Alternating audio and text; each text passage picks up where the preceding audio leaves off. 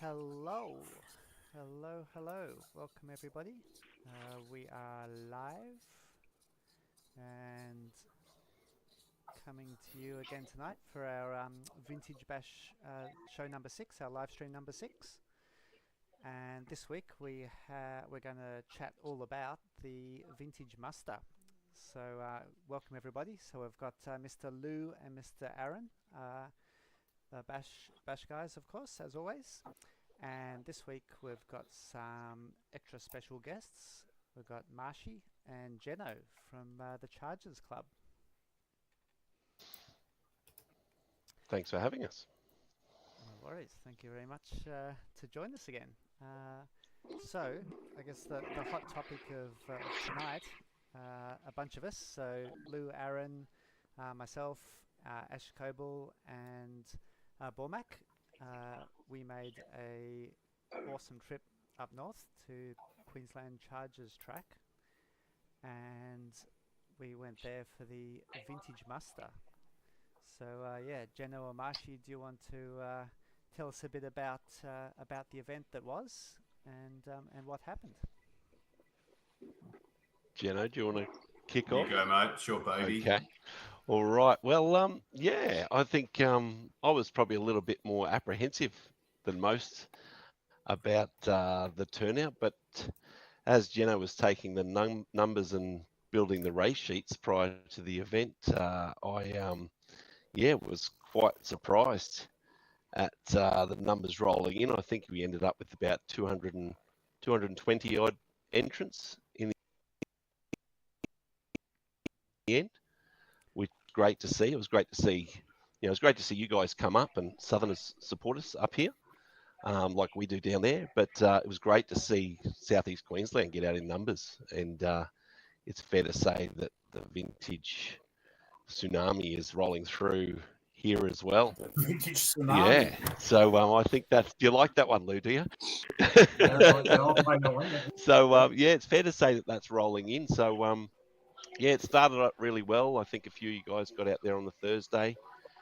We didn't have any time to practice for you, but we met you guys at the track. I think Bormac was there early and Darren Johnson, and you guys got a few laps in, and then kicked off in earnest with the practice day, timed practice on the Friday, which is quite lovely. I think the weather played nice. It was really good the way we had the tarps there and all of that to put on it if we needed to, but the weather played nice. Only had a little bit of rain in the early evenings. So, and then went into our format, our race format, which was the qualifiers and final on the Saturday, with two-wheel drive, and then heads-up racing in the Sunday, which I think you guys are doing throughout your event down there, which I don't know about you, but I think that format worked really well on the Sunday. Yeah, I think it actually put Mitch on the mic was pretty awesome, particularly considering he's not really a vintage enthusiast as such, but he just added that level of excitement for those races. And like we all want to see the cars circulating, and really, when we look at the fact that you don't need to be doing qualifying, you just want to go straight into heads up and race and see the cars racing against each other, and the different characteristics of each car, and to have someone calling the racing as it was happening, I thought it was pretty cool. The highlight has to have been the Hornet Evo race, because the people were going crazy. That was like a world championship.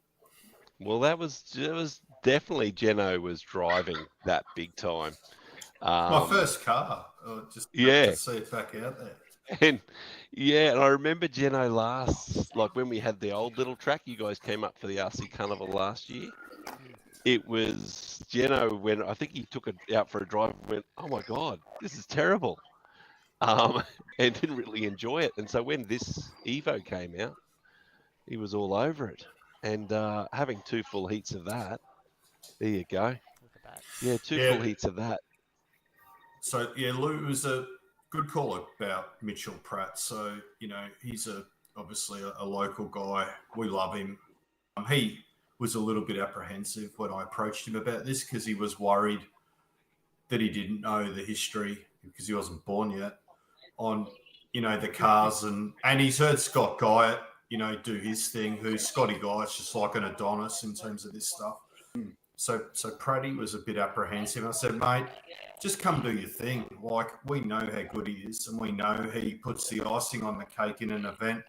And maybe, the differentiator in our event was that can be our event going forward is, we invite all the old cars in, but we put some old action, race calling on top of it without really dialing into all the cars. We did a little bit of that over the lunch break, but Praddy's calling, particularly on the Sunday when every race was a race, was just fantastic. It got people out of their seats. It got people surrounded, like the old days where people stood around the track, standing the whole way around the track, and the cheering and the laughing. Almost every race was, that was the most rewarding part. Was just hearing how people felt about it all.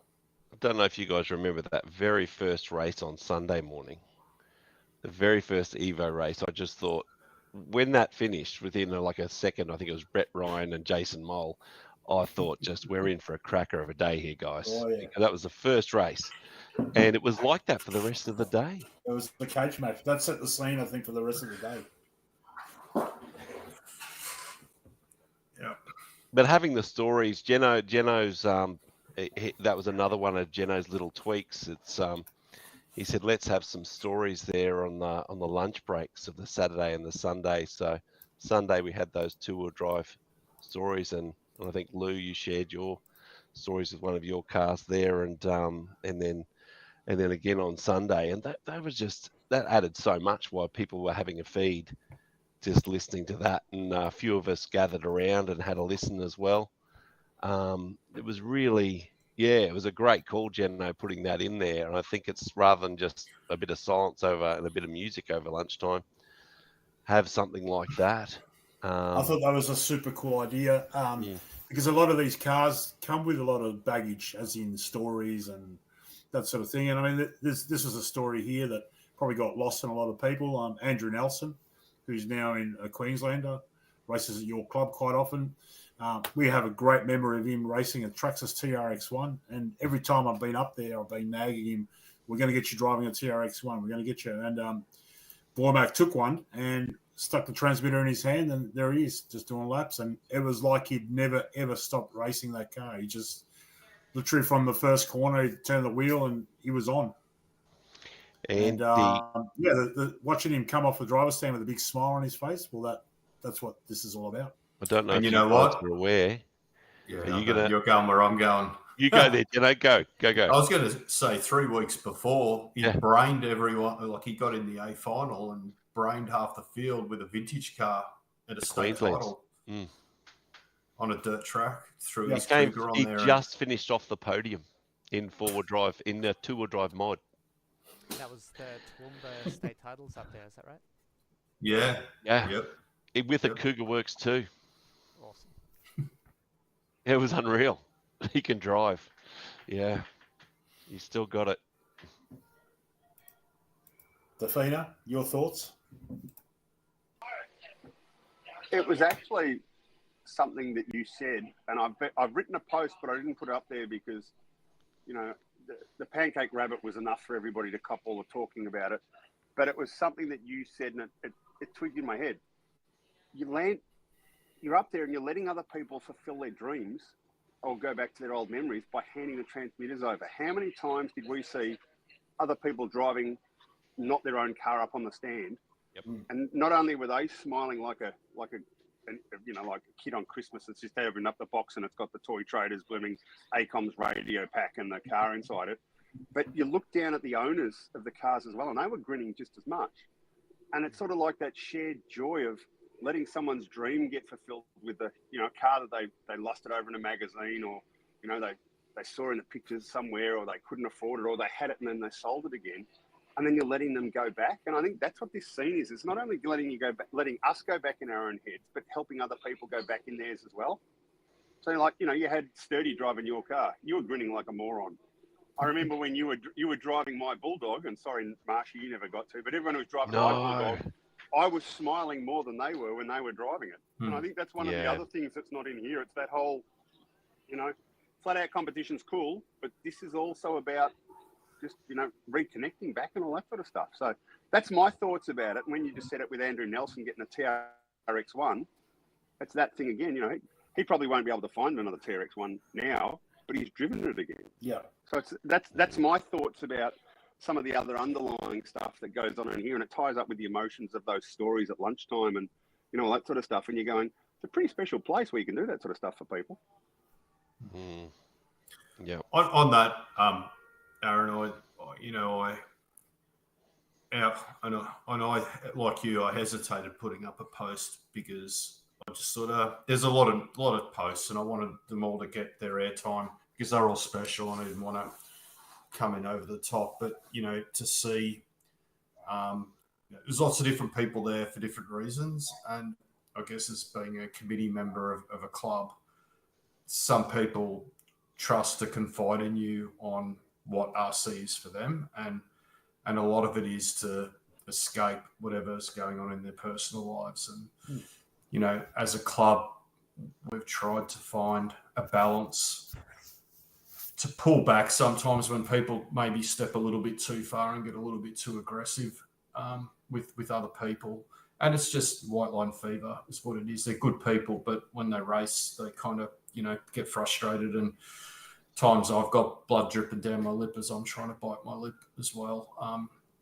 But when I read Foggy's post afterwards, and Marshy introduced me to Foggy, and, I was almost tempted to write next time you're frustrated and you go to yell at someone on the stand or marshalling, imagine if you yelled at him and you didn't know why he was there. It's a real reminder that, it is, it is an awesome hobby. There are no sheep stations. There's no prize money. 9 times out of 10, you're on your lip because it's your mistake. If someone else happens to make a mistake, don't yell at them because they're there. Don't ruin their experience because, you might have lost a TQ or lost a spot. The interesting thing is that we lost, and the results are up there now, but on Lifetime, we lost Saturday's results because we swapped laptops, but not one person has looked at the results and gone, where are Saturday's results? Now, if that was a club day, we would have got peppered with where are the results. And they're up there. We got them off the other laptop. They're not on Lifetime, but they're printed and we put them on our website in case someone did want to see them, but not one person has asked. No. There was a few people on the stand saying, leader coming through. And I was shocked when I heard that. I was like, what? Someone's yelling that they're the leader coming through. What sort of race is this? And then I got to a point when I was Q3 where Mitch goes, Marshy's folded like a wet piece of paper. That's one of the Mitchisms that come out, and I've just gone, that's gold. Made me chuckle even though I hit someone lapping traffic, and I'm like, he came out with a couple of really good ones. The other one that was the soft hands of Darren Perry. Oh, yeah, I had to mention that. I've gone, hang on, doesn't he work as a gardener? And what do you have calluses? There he is. Look at him. Yeah. So he did an awesome job with that. He just it was fantastic. He did, and I think he sort of starts to get we all take the piss out of each other continuously, whether particularly the guys that know each other well, like myself, Aaron, Cookie, you two guys cop a bit of it as well. And it's just to lighten up. We lighten up, and this is I think one of the reasons why the vintage racing as a whole, the vintage scene as a whole, I'm going to say in Australia, is so popular because we've literally just diffused the competition side of it. We still race and do whatever, but it's just a bit of a laugh, and you only have to go back to last year's commentary. You remember the Hungarian Hitman? He was in his element at Knox, and have no doubt he's going to lift it a couple of octaves, I think, this year. Yeah. And that's all it's about. It's just us having a bit of a laugh, and the nicknames and all the monikers and all that sort of crap. That's what makes it these events fun. Yeah. There's a few people I thought would say some things on the stand, and they didn't. And they had a ball. And they may be watching here, but I'm proud of the way they conducted themselves, because normally, like in modern meets, they can be, a bit too involved, a bit too in the zone. But at this event, they were along for the ride and they had a ball. So it was good. I think they get it. So that was brilliant to see that. I can see a couple of people online on the comments. We've got Mark Fiku, who's joined us. Hello. And Mark DeBono. The boomerang, the boomerang man, and the Optima Two Pro legends man. right there. Yeah, two legends.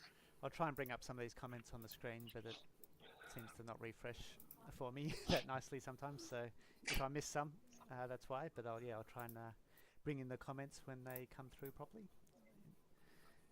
Yeah, so Man, there were a couple of quick guys in that four. There were a couple of quick guys with those 540 cars they had, the Boomerang and the Optima Pro. Jiminy cricket, and they were smiling like. So yeah, I think this week it's been very overwhelming and humbling, the response that we've got. We've kind of let it play out, and there's been 3 years of hard work to get to that where we got to, and there's even that the money that our club put in to build that, whilst it's a smaller track compared to Knox, there was a considerable amount of self-funded investment that went into this, and it started with where that Chargers RC sign is there on the track, right in the middle. There's a bit of it there. But I think you guys have come up with a magnificent facility, even for what it is. Like, it is just perfect. It's not for guys that don't drive all the time. There's a lot of guys that, a lot of us come back from a racing scene, but there's a lot of guys that are enthusiasts with these old cars that aren't racers. Yeah, she's like the concrete, I think build the track, build driver's stands. Let me And tell all you, the if there's council going to be approvals a Evo Worlds, it would have to be at Chargers. All the We've got Jeno back there. Just a sec. We've got you, Jeno. Cool. Sorry, you dropped out there for me. Yeah, sorry, everything sorry dropped about out the for me. Yeah. I was just saying it was tell us more about a the track and how it came about from the no dirt track to the little small dirt track you had in 23, and then to what it is. Tell us all about it. So, like most clubs, we lease the land there, and we're given our little pocket, which we had to then apply, or basically get approval from the local council to extend the fence. And so we got all the approvals and all that okay, but we were on our own. So the club had money in the bank that we built up over the last few years, and because we are a non-for-profit, we invest back into the facility, and we knew there was a lot of vintage interest or dirt track interest there. So we went all in, and we got the fence extension first, got some extra containers, which was a grant. But everything else was self-funded, from the driver's stand and the fencing to the earthworks to everything else that kind of came about.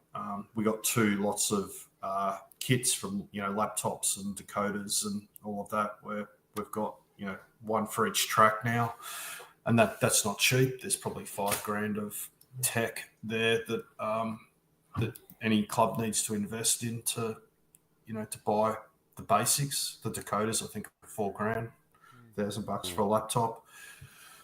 All of that, but a lot of what you see there is all built by volunteers, people that have businesses that have skills, like Don Blackman and John Perkins. They invested a lot of their own business time and effort and money to help us build that track. I think the working bees were actually, there's a bit of fun as well. It was, all the blokes that we all got along, and we get there and we work hard and see it come together pretty quickly. Yeah, we sort of just divided it into teams and got jobs done. We just sort of, like, no one was lost. We all had tasks, and we all just knew what we had to had to do. Yeah. It worked really well. Came up really well. I think. Yeah, and the dirt, just by chance, that dirt that we got, that second lot of dirt, we got 2 lots of clay from pool digs to put on the site. First lot being about 100 cubic meters, and that came after Alfred, I think. And so it was really soggy, and most of it stayed in the semis. When it went all the way up and tilted down, you'd only get like 3/4 of it out. So, and it wasn't quite right. And then the next lot we got was just gold, and that's the surface you see over the top with a bit of stone in it. There's a little bit of stone, but it sort of does something for the surface. I think that clay sort of bonds nicely, and there's a little bit of sand through it. You'll see, like in the photos, a lot of people who haven't been here and seen the track, they'll see that decomposed ag that we've put in when it did rain, and we had to use that to sort of get the elevation back up and help out with drainage. But yeah, for all in all, and you can see the groove on that photo and that last one, and that was just after practice. That photo, I was just realizing that was a Saturday morning when we were whacker packing that. So that was before the next 2 days, and that groove just came up so much over that. But yeah, the track evolved nicely, and we didn't think it would be this good. I don't think, Jeno. It just seems to have grown and gotten better with a little bit more grooming. We didn't have to do too much watering. We did it a couple of times, but otherwise, and we didn't have to blow much as well. Don't think the equipment would have liked that, like Knox last year when it went through like a dust storm. But yeah, it came up really well. The grass got a bit of love. That man in the foreground you see, Andrew Ford or Andrew Donaldson, carrying the bin bag. He's an absolute machine. He's Marshy, been out there. I'll interrupt you there. There's something that stands out to me looking at this photo, and sometimes a photo tells 1,000 words. This guy here, I don't think I ever saw a transmitter in his hand for the whole weekend. But he was the first to pick up a broom, or he was just flat out the whole time. Get him out Mark, obviously, on the whacker. You got Jason mucking around with a tent, someone else coming out to help him, someone else with a couple of brooms. So it's a conglomerate effort. There's a whole bunch of guys that are quite happy to just step up to make the event what it was, which I think is a great reflection on the Chargers Car Club as a whole. I think that you got so many guys that are willing to pull their finger out and help. Put him in a car and run. Magnificent. I'm getting a bit of feedback. I'm hearing Jeno and Lou talk at the same time. Yeah, Mr. Jeno. No, yeah. Can you hear us, Jeno? I'll go mute. I can't hear Jeno. Yeah, All right, there was something going on there. Yeah. Yeah, no, I was just going to say, Andrew Ford, he has been there twice, and you were talking about, both you guys were talking about Andrew. He's been there twice this week already and watered the grass. Oh, really? Yeah. He's asking me, he goes, Marsh, are you going out there? And I said, can't today. He goes, don't worry, leave it to me. He went out there with his wife on Tuesday and watered the grass. He lives 10 minutes away, and he just went out there and said, no, I got time. We're just going to drive out there and put some fertilizer down and water it. That's the sort of bloke he is. Legend. So he's unstoppable. He does too much, but yeah, an absolute legend. Absolute legend. I can hear it. Are you now, Jeno? I think I'm okay. Yeah. Right. No, good. Yeah, Just, no, it was I've just just funny how it was out of sync before. Yeah, I've refreshed your links, Oh, Jeno, cool. So let's see if if we're all on the same page. So yeah, massive effort for that track. Because yeah, as you were saying, Lou, Aaron, and Lou and myself came up 2 years ago in 23 for the carnival, where we had some of the classes on the big track and then the vintage classes on the little dirt track there. So, and now going from that to what we raced on the weekend and what you guys have got there now is amazing effort.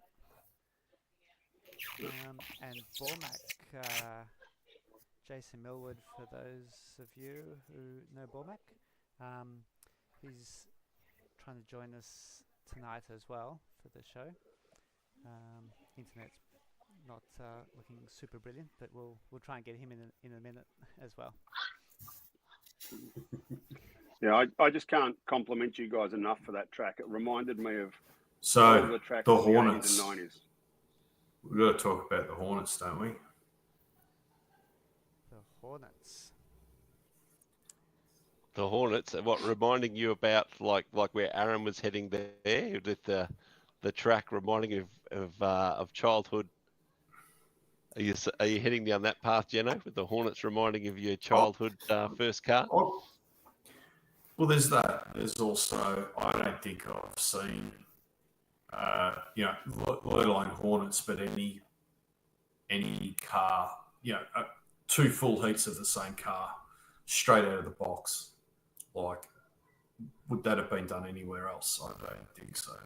Not yet. I know the Bash will possibly get to 3. That just goes to show, and a lot of people that actually ran that class preferred that than any other bugging classes because it was pure stock racing. Everyone embraced it for what it was. We all giggled and laughed all the way around. Probably most of us handed our transmitters to someone else and said, have a go at this. And there's other people now lined up wanting to be part of it. $250 kit, ESC, motor, bearings. Just throw a $20 servo in it and your receiver and you're good to go. Like it's a pretty good entry way racing. Yeah. I had to convince you, Marshy, to get on board.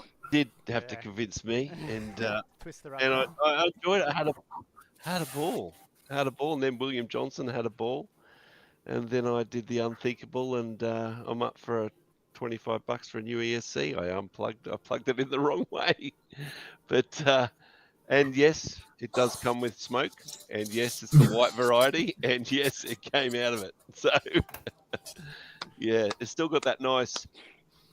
That aroma, Yeah, but sadly, yeah, it only got the three races in, not the fourth. I had William Johnson, who was sweating over most people's remotes that day, looking for a ride. I said, sorry, mate, it's not going to happen. But no, he loved it. He loved it, and he's only what's Will? Will's only 14, or yeah. Young, yeah. He's a young bloke, and just seeing young kids enjoy it. Harry Lawrence, like kids like that, jumping into vintage cars because Dad's into it. So yeah, it was good to see. Yeah, it's interesting that, isn't it? So like all of us that are old and were there and are doing this to bring back our childhood memories is one thing. But yeah, it's interesting to sort of see the dynamic or the reasons maybe why some of the younger kids are attracted to the cars as well. Not because they have memories, but maybe just because they look cool or they're colourful, or it's interesting. Yeah. Well, I think Chris Sturdy. I mean, he had a ball. He had an absolute blast up there, like driving Lou's car, driving his own cars, driving a boomerang, and driving his AE truck, and all of that. He had a ball, and then doing the Rob Stur combo, one on the wheel and one on the trigger. That was, and then getting third in a hot field. I'm like, wow, that was awesome. That could be a bit of merit in that. I think especially the tag team really, driver I know we're going to talk about dash some throttle. stuff, which is Imagine Hornets getting driven with it like that. Sorry, I've got a crossover again. Sorry, go on, Lou. I was just saying that what they did when they mixed Rob Maycock and Mr. Sturdy, steering and the throttle, two drivers with one car. I think there could be a bit of merit in that, maybe a Hornet Evo race like that. It could be a bit of chaos. Yeah, look like a bit of fun. Jeno, sorry, are you had a comment there, did you, Jeno? I was just going to say, can you hear me okay? Yep.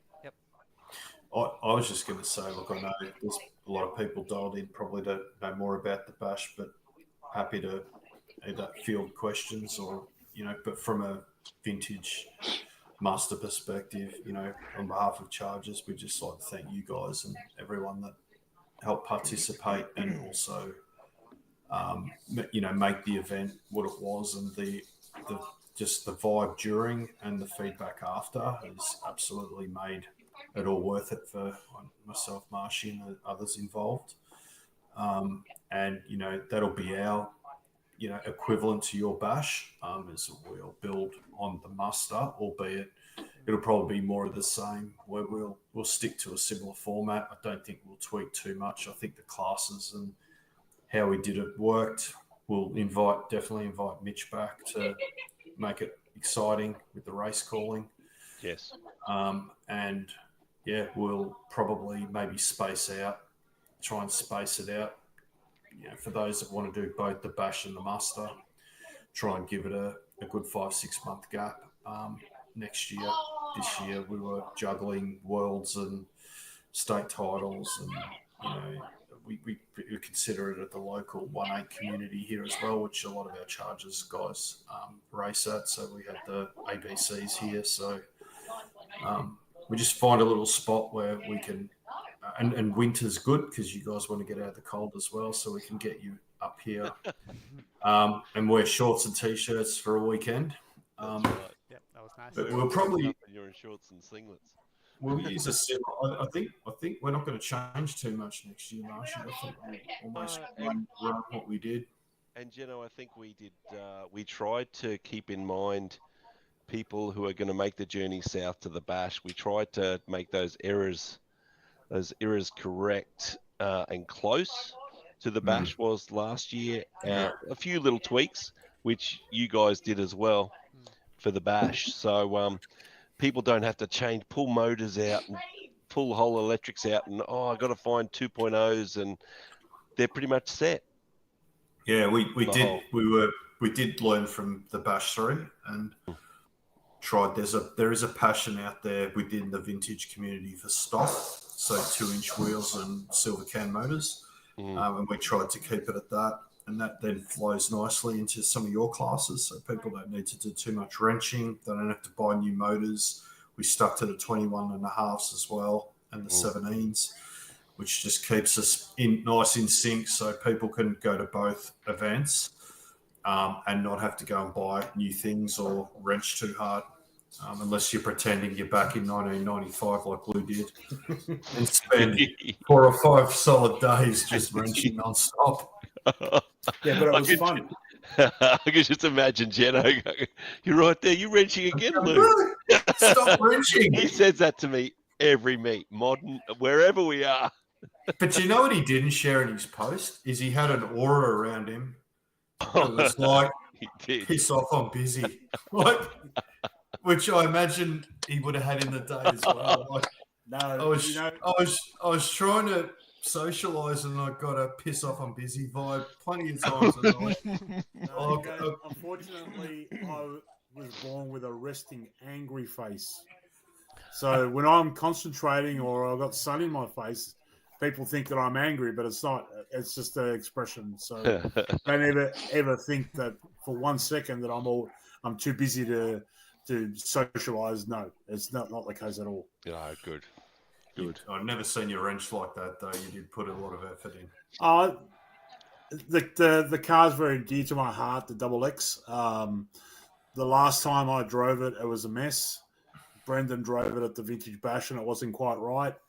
And I looked at all the cars on the shelf, and I'm like, I've got to take the Double X to Queensland and do something with it. And on the plane trip on the way over, I just thought, you know what I'll do? I'll just pretend like it's 1995 or 1996 again, and let's see if we can make the shock package work a bit better and soften up the springs and do whatever we had to do to make the car go good. And it's amazing how much of all that stuff after all this time is still stuck in here. Like, and it was we were driving the car around, and as I'm driving, I'm thinking, just this car leans a lot with these soft springs, and brought it back to the bench, and I'm sitting on the bench, and I'm thinking, did I run the sway bar? Did I not run the sway bar? And Chris Schoenfisch comes over and he goes, your car looks awesome, but it's leaning a lot. And I'm like, yeah, I know, but what am I doing wrong? And I looked at the rear suspension, and then it just like clicked. Oh, that's right. When we ran the Yellow Springs, we went on the outside of the arm, and literally that one change just transformed the car, and it was back to the sort of stuff that we used to do back in the day. And it was really, really, it was cool. It was cool, and to drive the car through the whole thing. And then, like I said in that little post, to stick that transmitter in Chris Sturdy's hands and watch him just throw it around. Like, I think he did a half a lap, and it just looked like he'd been driving that car all his life. And every lap he's just going faster and faster. I'm like, I hope the practice times aren't up, because if I was doing fast laps, he's probably a half a second or a second faster than I was. But yeah, it was good. I think I saw a post earlier today. I think AE sacked Chris Sturdy now after he drove your car, Lou. So I'm sorry to hear that.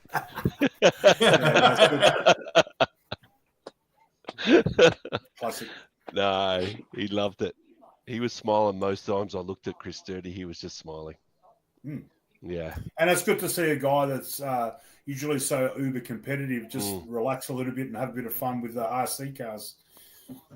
Yep. Yeah. Exactly right. No, he's the Iceman. But he sort of thought a little bit. He thought a little bit on the weekend and had a great time. And seeing Gazza. I remember Geno calling that race with Gazza in the Sturdy. He goes, oh, well, it's obviously Chris, his son, driving the Zerta, because he was just nailing every apex like it was Chris. And then only when Geno started saying, no, it is Gazza, I can see Chris coming over, that's been confirmed, then Gazza starts getting out of shape. Once you started calling that it was Gazza. Yeah. So that was brilliant. The commentator's curse is just a wonderful thing, isn't it? It's a wonderful thing. Yeah. Very good. Yeah, so anyway, I'll wrap up there from my perspective on the muster. I know you guys got other stuff you want to talk about, but yeah, thank you again. No, mate. Yeah, thanks, boys. Yeah, that was awesome. All We credit can to you definitely guys talk for about making it Muster happen. as much as you want. You let us come up with this. Aaron, if you're talking, Oh, there we go. there's nothing coming out of your I'll mouth. put your, Oh, I can hear him. I'll put your Oh, bottom can you? left. There Okay. go. Yeah, I got him. Sorry. That's all right. I was just going to say, just like I said, Marsh, it's a credit to you guys for making it happen and letting us just come up there and be part of the other side of the fence of an event, if you know what I mean. So, we can sit there and not kick back and relax, but not be running around and doing what you guys had to do. So Well, we wanted to make sure you guys could just relax and enjoy the event, and that's why Geno and I wanted to put you right on the track, on that spot right next to the gate, right there. So you were right and you felt all the action. Like Lou, I saw multiple times he's just turning around and he's watching the action. He probably had to wrench on something. He probably had to change his springs or do something. But he's turned around and he's just hypnotized by what's going on the track. So I do have one gripe. I had to empty the track out of my suitcase. Yeah. I left my suitcase open and it was up against the fence. Yeah. And it was round at the edge of that first sweeper. And, a few people would go wide and then, oh, look, my suitcase has got... So I brought some back. You brought some I'm back. lucky. I brought some back home. Oh, So okay. don't tell customers. Masami World style. Yeah, Masami Yokomo 89 all over again. That's right. I'll get the tyres ready for next I'm year. sure you're analysing it now for next year. You've got just doing this, rubbing it on the teeth. Oh, it's got a bit of grit in it. Well, Yeah, I looked at Geno's nice Mercedes parked in a parking lot. That paint job, Geno, that dust, it had a nice sheen all over it. Mine was the same. It's just covered in a film of dust, but it just all was going down that way. But that's what we get, right, for a bit of dirt. That's a dirt track. That's a dirt track. That's what we wanted. Perfect, isn't it, for these cars? Yeah, and but thanks, work. guys. Thanks for the promotion prior to as well on this stream. It was brilliant, and I think people look up to you guys, and it's a bit of a journey to get down there to the bash, and I think a lot of people are going to do that pilgrimage down there. I think we were, Geno and I at Bash 1, we were just the two of us. Then Bash 2, I think there was 6 or 7. Bash 3 last year was about 14 or 15 Queenslanders. And next year, I don't know. What's it going to be? a lot of these guys might be, heading south. So you guys, when you go live, it's going to be a bit of pandemonium to get these classes locked in. Vintage tragics. Yeah, Do we want yeah, to we are. have a little look? All of us. Question to Lou, No, I guess. don't get me wrong. I'm right up the front of the queue. Lou, do we want to have a little look at the classes? Now, where's Bormac? Where's Bormac and Cookie? Cookie's just in the background, is he? Oh, I think He's like the Wizard of Oz. the audio All the again. strings behind and the levers getting pulled behind right. behind the curtain. Yeah, we've got The awesome, Bormax vanished. awesome audio going. Yeah. Mate, something that we probably should have talked about and everyone will want to know is the turnout of the cars that you guys had up on that track going around. Like there's that picture of one heat, and there's, what is it, a super shot, a boomerang, a Yokomo, a Mugen, a Gallop, A hot shot. and I think a hot shot and a javelin, all in one heat. Yeah. It was like, it was walking up and down the queues of the cars for the photo shoots at the start of each day, and there was just an epic turnout that you had. Yeah. You got collections hidden up in Queensland somewhere. I don't know where they are, but they're just stashed everywhere. Yeah. There we go. And you guys also, well, it's great to see people get them off the shelves, and that's sort of like a reason why Jenna and I chatted about and put in sheep stations. Not only is sheep stations open for all those people that say, oh, I want to put a 10.5 in my car, which no one did. Yeah. Oh, I want to do this and I want to do that. And we're like, well, okay, sheep stations, there you go. But we opened it up to 2005 so that all those cars that really have been sitting on the shelf, the vintage, we've got them out long ago. Yeah. We just sort of threw that in there as well, just as a little point of difference. Throw that in there, but then you've got guys running double X4s in sheep stations and showing that they're highly capable, and all these cars, any of those cars, pretty much from Jackaroos up, could have done sheep stations. Yeah. I mean, if you want to talk about highly capable, you only got to look at the RCL incident driven by John Perkins. Well, that was I put together a couple of photos, which some of the cars that were my favourite at the event, and John Perkins' RCL, like. Yeah. Yep. Yeah, that's his. He calls that his roughie. Like, that's his rough RCL incident. It looks fantastic. He's got a better one, I think, that he shelved. I don't know if he's watching. I hope he comments. But he's shown me underneath that. It's not the prettiest underneath that lid, but geez, it gets the job done. It's a runner, and he knows how to set up a car. Yeah, he's like you boys. He just knows how to, and that's his RC10 with his wizardry with the long axles. Oh, look at that long axle right there. Because it was meant to be short arm, right? And so he's gone, long axle. Short arm, long axle. Which puts it about where the long arm, short axle is. But this is something that we sort of took from the event, which really we liked, is that a lot of you guys have taken on what our vision, which is let's bring the cars back to the way they used to be back then. So, although he's got long axles, but everything else, like he's got the little wing, he's not running a modern B7 wing. It just looks, the cars look pretty the way they are like that, and they look super cool when they're up against other cars of the same era. I mean, and this is Optima versus RCL incident, pretty cool. Oh, we have. Oh yeah, Bormac. yeah. In your car, you gave me a drive of that. That's unbelievably good. And you've always thinking about the aesthetics of the car as well, not just the performance. And it's a killer package, Lou. That Optima. Yeah. Mr. Bormac is there. Can we hear you, Bormac? Hey guys. Yep. Oh, there we go. Ah, you're in, Joe. Here he is. I'm back. He's in. Bring the volume up. There we go. Awesome. Thanks for. Very good. What did you think, Jace, of the muster? Oops, am I frozen again? We can hear you. Just a sec. We should. I can hear you. I can hear you. Yep. Just one moment, guys.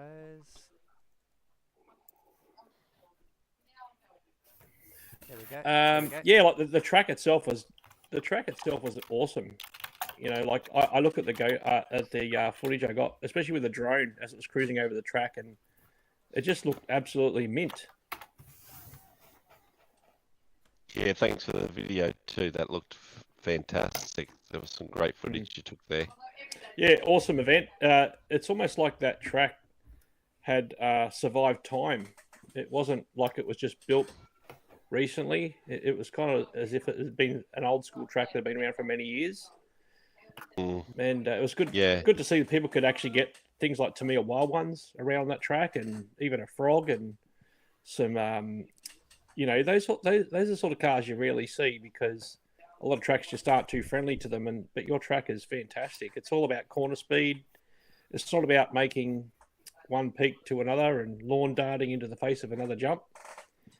And you know, it was awesome. I mean, I go back and I think of Aaron's Bulldog as he was sending that thing around. I mean, he was really pushing the wheels off that thing, and the corner speed he was getting. I can't wait to get into the four-wheel drive video next. So obviously, I've done the two-wheel drive video, and I've done the truck, and yeah, it was awesome, fantastic event, and you know, I hope it inspires more people to come and get involved, and you know, we get the kind of numbers there that the Vintage Bash has been getting. Wouldn't that be something? Yeah. No, exactly. Well, I think the elevation changes were, I think your video picked that up, and Aaron, you commented on it. And yeah, the elevation changes really complement all the cars we're driving. I mean, it just, you know, it feels like a glove when you drive a car on it. It just gets a flow. You get into that rhythm, and you can feel it when you do break that rhythm.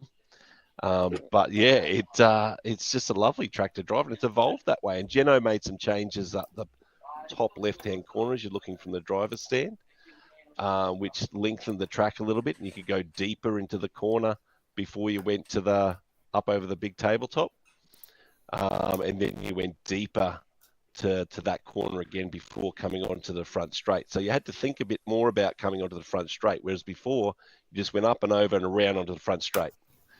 Now you go deeper, and that added a little bit more. It gave people time to think about how they enter the front straight rather than just going on cruise control and straight onto it. So then there was lots of battles there coming onto that section, heaps of battles. So and I think that you could have a battle on every corner of that track. It seemed to be game on everywhere. Yeah, there was a lot of swapping of leads, I noticed, around many of those corners. You know, you think that one car was going to really take the race, and in the next corner, they were swapping all over again. I think you've hit the right track layout for the cars and everything else. It's you've got something that's sympathetic's not the right word, but it's sort of the only word that describes it. The track rewards those cars. So like you drive it well, you're fast. You don't drive it quite so well, you go out into a bit of the dusty line and you take it a bit wider, and it just slows you down, but it doesn't damage your cars or throw them away or anything like that. So it's that thing of it just rewards the driving, and it makes it, and it highlights the cars. It sort of elevates them because it doesn't have 40-foot jumps where you're trying to fly them through the air, and it doesn't have everything else. It's got all of that sort of stuff that's just there to make the cars do what they're designed to do. And I think that's just a credit for you guys that you've just evolved it to get it to that space and get it right with the right surface, the right layout. Those elevation changes were just uber cool. You know, like when they said, "Oh, we're going over the doubles," and first of all, I couldn't work out where the doubles were because you're so used to seeing doubles on a modern track, and it's like a 4-foot face on a tsunami, and then like you're going, "Where are the doubles?" Oh yeah, but then thinking back about it, they're like the jumps that were on the tracks when I started down at Kringle Hub. They were little step offs and things, like 2-3 inches, and it just had the car fly, and if you landed, with the wheels turned, it'd slide it and slow you down, but it wasn't, doing things. So it's just, you guys have nailed the track, just absolutely nailed the facilities. Yeah, no, thank you, Aaron, coming from you. Yeah, that's, I think everyone's put in for that. I think I can't, thank everyone enough for the working bees and everything that helping out the track layout, the design, the input. Everyone's been tremendous. in that regard, and we're glad you guys enjoyed it. Actually jealous. There's not one of those down near us. Knox is there, but it's like that little sort of bull ringing type track. It's just epic. Yeah, no, nice. It is a good little track, and hopefully we've hit the right market. I don't think, as Jeno said before, we're not going to change much going forward. We'll sort of just tweak little tweaks, and we'll fix up facilities, and that's our focus. I think this year on the committee is to make sure the facilities are just constantly being either updated, maintained, or improved. Yeah. I've got the video there. I'm not sure if you guys can hear me, but Dumb question. How often are you going to run on that track? Jenna, I think at the moment the next time is the carnival, which is the 5th of September to the 7th. So that's so we've got the carnival, which is three eras over the 2 tracks over 3 days. So we've got the practice, then the Saturday I think we've got modern qualifying in the morning. Then we've got vintage racing in the afternoon. So we've got heads up. So that'll be 2-wheel drive, 4-wheel drive, just vintage, blanket vintage classes. And then we've got outlaw. So it's time for outlaw to shine, which is 2016, is it, Jeno? Yeah, 2016. And then the outlaw. So obviously all your rear motor cars from, say, B4 up to things like, RB5s and that sort of thing, way up to even the RB6, Kyosho RB6, that scrapes in. And then you've got 4-wheel drives, the B44s, and I think I'm running a ZX5 in that again. So, but we allow people to bring their old 17.5s for the 2-wheel drives. So it's more current guys, and they can use their 13.5 in their 4-wheel drives. They're a bit more capable, the transmissions in those. So that's another car they can get off the shelf and do that. And then Sunday, I think we're into mains on the main, are we? Yeah. Yeah, that's right. So we'll run all class mains, 3 mains on the Sunday. So yeah, it'll be qualies, vintage, mains, and vintage will just be exactly like the Sunday. We ran heads up racing from the start, but we'll run 2-wheel, 4-wheel truck, Evo, and our. Yep.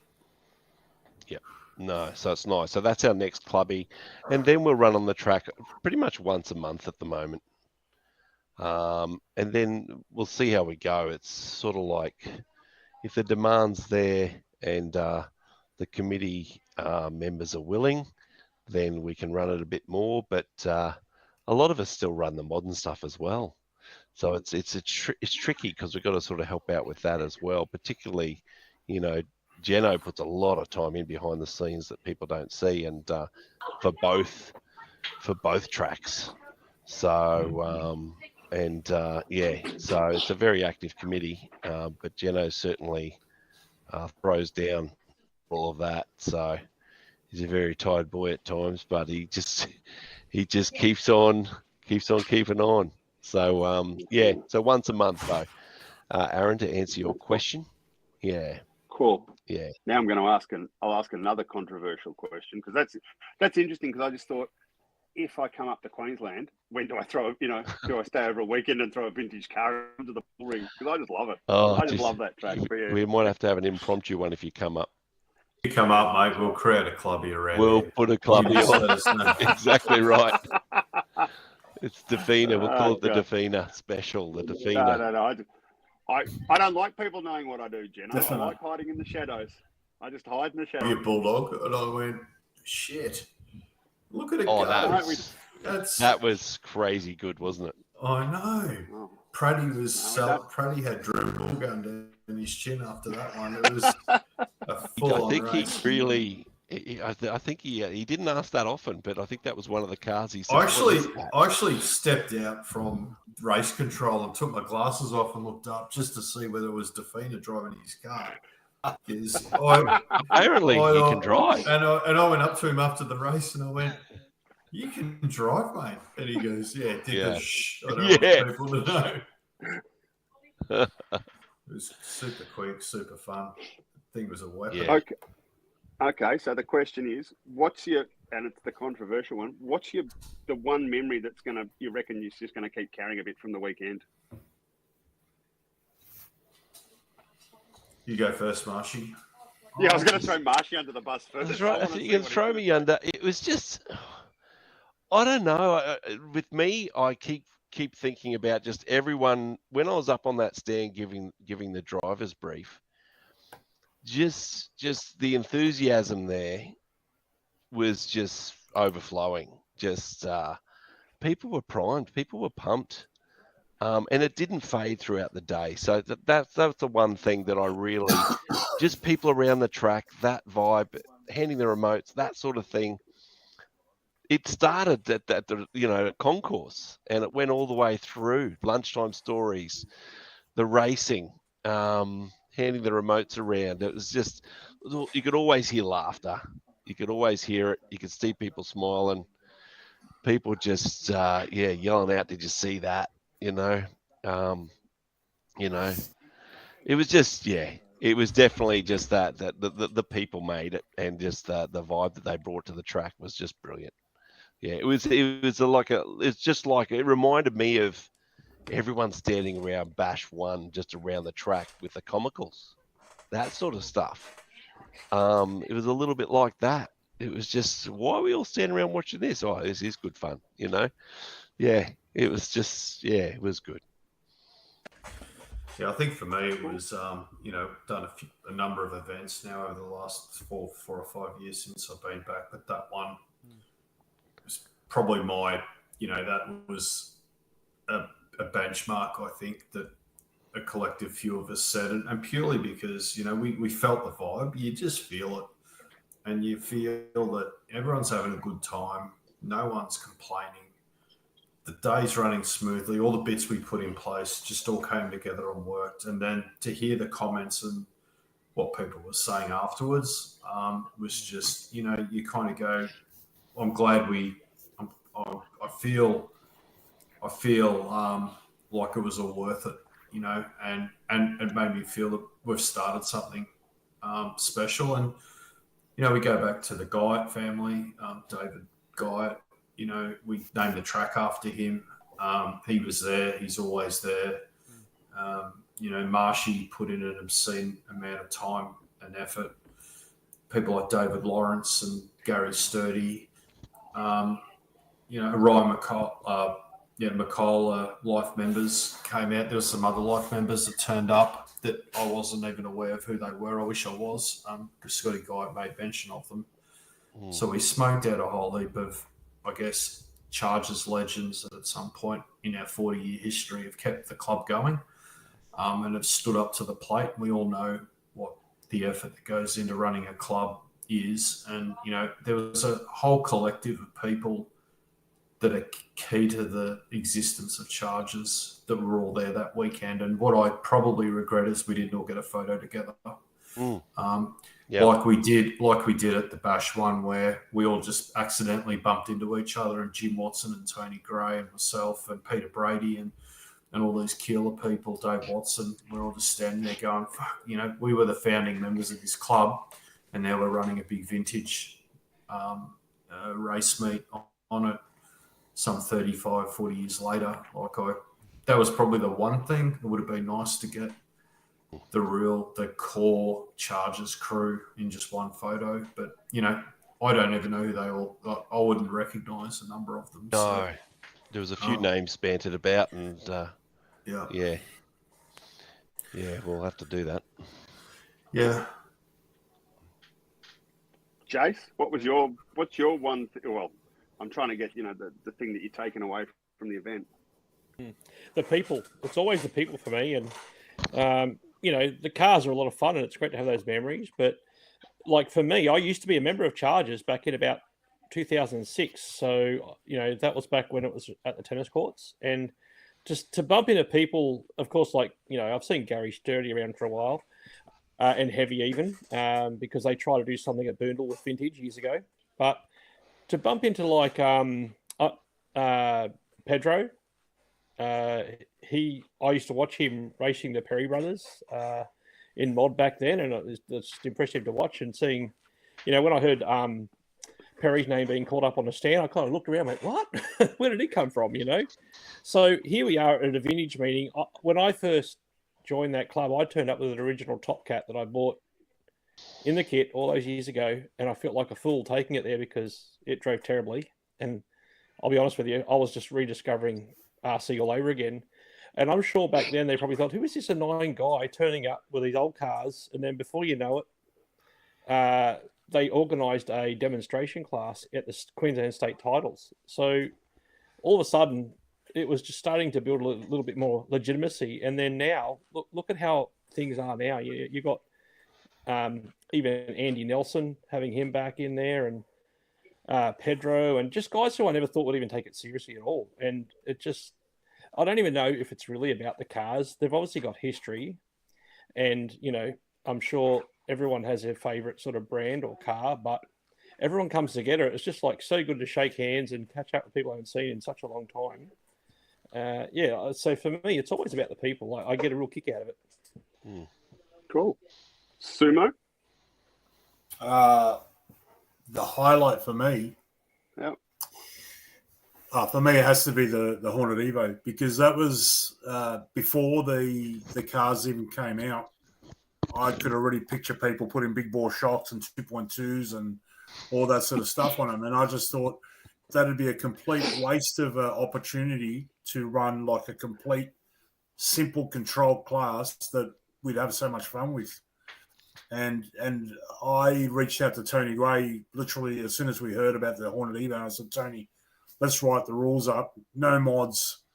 Just, build it, put it on the track and drive it. Because I just thought this would be great. Like, close racing. The cars will be terrible, but it doesn't matter. It hasn't really taken off in Victoria yet, but to go to Queensland and see, the vision that we had in actual, for real, I thought it was great. For me, that was awesome. The other thing that really stuck for me was guys bringing out cars that you don't normally see on the track, like Mark DeBono's Fox was a typical example. Most guys gravitate to the most competitive car, but that's, of course, not entirely what the vintage scene is about in Australia. We want to see these cars that never get taken out. Like, I've got sitting on my bench a Galaxy, which I wish I'd taken that to Chargers. It would have been awesome around the track. But that was my highlight, yeah. And obviously, when you go to Chargers and you see the group of keen guys that pull their finger out and all chip in to make it super awesome, like, how good can it be? Cool. Yeah. Hey, Cookie. Yeah, can you hear me? No, he's not on. I can hear you. I can hear him. Yep. Oh, I can't hear him. Okay. No, neither can I. I'm here. Ask me. Geno's muted. He's muted at the moment. Yeah. Tell Aaron to ask Yeah. me. I can't hear Cookie either, but I can hear everyone else. I can hear everyone else. No, that's all right. That's interesting. We can all hear each other, but some of us can't hear you, Cookie, so Yeah. I'll be the spokesman. What was the highlight for you at Chargers? Yes, so highlight. I'd probably have to say the Hornet class as well. Trying to think of something else. I think probably just the whole vibe, like the dirt track. Lots of people there having fun. No trophies, not trying to win, just trying to race our cars hard and have fun. So yeah, outside of the Hornet class, which was a good laugh and lots of fun. I've seen lots of the photos from the guys on the posts on the Facebook, which they all look pretty awesome. Is he still talking? Yep, I am. Yeah. Yeah. Should we fill in the awkward silence with something? Yeah, so you can watch the playback on the live. You and I will just chat, we'll type something to each other. I was just looking at Bormack's brush motors there behind him and running my eye along those. Yeah. Something I think that this track and this club has done, it's like I have not been to a more sort of vintage friendly track, and just as Lou just mentioned, he wished he had taken that Galaxy up there, and that's what I had in mind with the Gallop. Like, I really wanted to bring a Zerta up because I know how much a certain somebody up there like Zerdas as well, and I had that in mind. But I looked at the track. I thought, look, it's tight, it's twisty, it's also nice and smooth. There's no like big jumps. I'm like, chain driven, 4-wheel steering, 2-inch wheel, Marwan tires, no foams, hard plastic. The thing went around okay. Like, it wasn't terrible. It just means that, you could take out these things that you wouldn't take anywhere else. A Viper? Next year, let's get a couple of Vipers out there, there. Yeah. I know you've scared me off from driving mine, but I would. If you brought yours, I might bring mine. Yeah. It needs some more spotlights on it, Jace. Oh, mate, you're right. You're right. I mean, you got to have a driver figure. You it's do. Got to be chain driven. It's got to have some spotties. Yeah. Oh, look at that AYK. Yeah. So that's for me. I like that this track. You could bring a car like the Viper out there without thinking you're going to destroy it.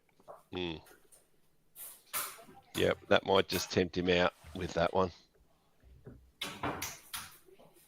Got the Magnum 360 back in there from the 80s. Look out. Magnum He means business. 360. You inspired me. Got a very long can, they have. I think this is Bash. This is what I'm going to be bringing out.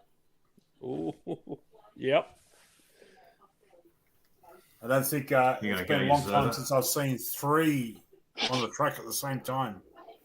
Let's see if we can make it 4 or 5. Ooh. And we didn't even plan that. That was just Lifetime randomly grouping them together. It was like a new. It'd be great to see some Zerdas and Bulldogs all in the one. Oh yeah, the cage match. Cage fight. Yeah. Well, that's what we did at Castle Hill early on. We actually had a pipe frame class, and we had Bulldogs and Zerdas and Javelins, and and it was really hard to keep that going because people just started going for other things. But if we couldn't get a minimum 5 cars for the class, they didn't run it anymore. That's just sadly it kind of went away. But here we are. We've got another chance to do it again. Maybe Aaron Defina wants to build my Bulldog for me. Maybe with all the time he doesn't have, he could build my Bulldog. Have you got a Bulldog, have you, Marshy? I've got a Bulldog 2, which is pretty minty, fresh. Yeah. And I've got a Bulldog OG, the cage one, which the body is good. I think one of them's missing the front drive shafts. How common are they to pop up those drive shafts? Because one of them's missing that. So I have a set of drive shafts I'll put in the post for you. Oh, mate, I'd appreciate that. That'd be nice. You just got to have to teach me how to do that linkage because Bormac sent me the care package with the special brass linkage thing for the steering. You're gonna have to give me a step-by-step, brother, on how to do that because that's outside my skill set. No, it's not. If I can do it, anyone can do it. Yeah. Okay. Yeah. Well, some tips. Yeah, definitely give me some tips. Yeah, we can do it. That's all right. Well, but we're going to have to fight these things like that thing on the bench. So we're going to have to fight these Zerdas. Not even a problem. Don't worry about it. Good. All right. Perkins, he came down to a Castle Hill event and he had a Mugen Bulldog, but it was missing a roll cage. And I had to term it as something, but he had some irrigation pipe with little connectors, plastic connectors, and the thing looked so odd. He did his very best, of course, to try and make a convincing roll cage of it, but it was coming down the straight. I'm like, oh, look, everyone, here comes the irrigator. The one with Batman driving. I think it had Batman. Yeah. Well, that's one thing. Sorry. I was just going to say, like, the guy can stick a car. Like, he's such a great driver, and we all saw him wheel that RCL incident around like a freight train on rails. It was just, that was just a massive highlight to see. I've never seen an RCL incident push that hard. Yeah, it was pretty good. He does. He's like Lou in that regard. He does like to build a car that just he thinks of every element of it to improve it, and I think he's just slowly got that RCL incident just dialed. He's just worked on it, and now he can just put it wherever he wants. It would have been interesting to see Lou have a drive of it and see what he thought, because yeah, JP, I don't know. I jump on JP. So JP uses older radios too, like really old, the old Spectrums and things like that. And sometimes I jump on that when you use, but JP just nails it. I don't know how he does it. Same. I'm running a KO Helios with a Spectrum module on the back, and yeah, it's old tech now, isn't it? Yeah, it feels a bit of a disconnect, but I think after a while you get used to it. It's just like anything. You've got to drive it for a while, use it for a while, and then you're fine. Well, there's an interesting segue. You said solar driving the RCL. What were the cool cars that you got to drive? And I'm not going to ask you, Marshy, because you'll slap me because you didn't get to drive my Bulldog. But did anyone get to drive something that they thought was that they hadn't driven before? That old thing of, it's a car that you'd never thought of or you dreamt of, you never got. I know. You drove it. And I know Rob Maycock's listening, and he got to drive a Hornet. And he got off the stand with a big smile on his face, and he said he liked it. He said it was awesome fun. Yeah. What cars did you get to run around, Geno? Did you get your hands on anything that you hadn't driven? Mate, for a while, I threw my radio at Steve Watts, who was taking awesome photos. I said, here's my Zerta. Here's my Cat 2000. Yep. I wanted him to participate as well. So I gave my radio, as I just said, to Rob. So I handed my stuff out. I didn't really... Like, I think, I don't know who mentioned it, but there's people satisfaction you get watching someone else drive your car and having fun with it. So I don't think... I was offered drives. I was offered lots of drives, but I don't think I took them up. Oh, that's cool. Yeah. That's cool. Marshy, did you get to drive anything else? I didn't really. Lou on the practice day, I think it was, gave me each time he was up there, we sort of swapped, and I had a bit of a drive of his cars. He probably thought, Jesus, Marshy doesn't know how to set up a car. My God, what a turd. But but I drove Lou's cars, and they were just like, oh my God, this is amazing. You can see the time he's put in, and how plush it was, and how you could put it where you wanted to put it. I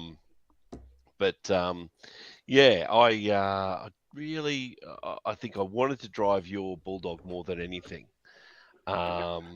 Really wanted to drive that. But otherwise, I was happy. Sometimes I don't like driving other people's cars, and I think sometimes you're afraid because you want to push it, right? But you don't want to drive it like it's stolen. So yeah, there's a sort of there's a difference, isn't there? But I think borrowing someone's car, I think once you want to at least do a few laps and then get a feel for it and then have a crack, which is nice. But nothing else. I lent out my the Evo. I think I would have lent out. I think I was enjoying racing the sheep stations and the Muster Masters and the 4-wheel drive day just too much to give it to someone else. I was very selfish with that. I was like, no, I'm enjoying this. I'm in this. Nothing wrong with that. Yeah, and I really had a good time with Stephen Smith, who brought all the double X4s. And I had that ZX5 versus that. I mean, the ZX5's way down the track, but those double X4s are highly capable cars. They are unbelievable. Yeah. And then I had that, the ZX5 versus him there, and then the MX4, the Rubrix car was good, but I had soft springs on it, and I should have done some work to really firm up the front end. Should have done some wrenching. Should have done some wrenching. That's right. And I should have had Geno there to remind me of that. But yeah, it was good for the first three, and then the last one I just sort of drove like an idiot. But yeah, that was my fault. But the handing out of remotes and whatnot, I was all for that. I think I tried to give it to Andrew Donaldson, the guy who helps out and has got 250 cars and doesn't own a battery. I tried to give it. We should to fix him. that. We've got to do something. Yeah. I think he needs an intervention. Yeah, that's right. That's what he needs. Yeah. Yeah. So, but he's a beautiful man. But yeah, I wanted to get a remote in his hand, but he kept running the other way and telling me he had another job to do. Okay. So, yeah. So we're going to ask. I know Lou got to drive a heap of different cars up there. Anything, and you let a lot of people drive his cars too. So there was a lot going on. Lou, anything interesting that came to mind from the time you were driving other cars? You were watching it. Probably that out of control Optima Mid of yours. Yeah. Shh. We won't talk about that. No. That was an evil the beast. 17.5 that thinks it's a 10.5. That was quick. I got bored in the dyno lab. That was a missile. It's just crazy. Just crazy. But look, we talk about highlights. So this will be the last highlight I talk about from obviously the event was just, to call it a vintage bash warm up is probably an insult because it was way better than that. That's not right. No. Way better than that. It's definitely on my calendar for 2026, so I'm really looking forward to that. My highlight, we're seeing all the really old cars on the track. The cage stuff, the Bormax, Gallup, Darren's Pitbull, the Fox, the RCL incident. I just thought it was great, and I think it encourages people to bring out those sort of cars because, to me, those cars are the genesis of when we all started racing. I think we can all sort of throw back on that, and of course, the racer cars, the double X4s, the triple X's, all that stuff. That's super cool to see as well. So that was my highlight, just the variety of cars and everyone having a great time. Cool, Jace. Oh, he's vamoosed. He must have dropped offline. Yeah, I think we've lost him again. My highlight, and it was sort of one of those funny ones, was that Bulldog of mine was my 1984 car that I bought. That was my first car that I bought, like race car. And you guys basically gave me the kick up the backside to actually get it out, put radio gear in it, and actually drive it again. Yep. And remind myself of what it was. And it was that thing of, holy cow, this isn't that bad, actually. And so that's and like Lou said, to call that a bash warm up is just so wrong. It's wrong. It's its own complete unique personality and entity, that event. And like Lou said, that's already on our calendar list as to whenever you handle it, whenever you post up the date, there's going to be another plane load of Mexicans coming up with cars and hanging out again, and hopefully renting the same room and being as dumb as we were. For the 4 days. That could be the only change we make, is that if there's a big enough interest and there are people investing in, getting on a plane and traveling, is we'd make it a 3-dayer. We'd add a day, a third race day to it. We weren't quite sure. Yep. We weren't quite sure what the numbers were, but they, couple 220 odd on our first meet. Was a good start, a really good start. I said to Marshy, if he didn't get to 180, he failed. I thought it was. And then he moved the goalpost to 200 later on. like every good project manager, once you work out you're going to hit that target, you just scoot it up a bit more, to keep your chase. I kept squeezing in for more. So if we had a big enough, what we want to do is, if people are making committing the investment of coming up as well, is making sure you get good track time and good race time. Just like what you guys have done in the Bash, you've evolved it every year. And, with the large numbers you've got, you're into 4 days now. So, we could possibly get to 3 days in the next one. We'll just see how the numbers go. Yeah, but just if anyone's thinking whether they should have gone, that was a lost opportunity. You should have gone. The vintage crowd. You should. Don't even question it for next year. As soon as the musters is out and the dates are there, hold your horses, book your leave, tie your bags to a plane, just get there. We It was just will so good. we will make it worth your trip, just like you guys make it, worth anyone's trip coming to your event. We'll go out of our way to make people feel welcome. Definitely. No, Make sure you've got what you need when you get there. We'll put icing on the cake with all the things we can do. Yep. We just love seeing people all get together, like Scotty Guide says, get the tribe back together and just have a good few days and put whatever's happening in your personal lives to the side. Yep. And just go back and be a kid for a few days and, dust yourself off and go back to reality afterwards. So Switch off for 4 days. Case in point, have you got my audio? Yeah. Yeah, case in point, we were turning up each day and there was already a tent put up. There was already tables out. Yeah. Did the genie just have those things out overnight for us, or? No, we were there early, mate. The little munchkins were running around, setting up, making sure you guys were catered for, and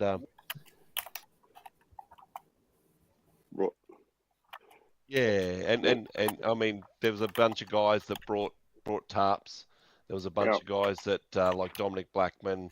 I brought one. JP brought one. There's a bunch of guys that brought these, even though they pitted in the main area, they brought the marquees and the porta shades there for you guys and interstaters to sit trackside. So those guys did a fantastic effort to make you guys. You got to give them elf hats.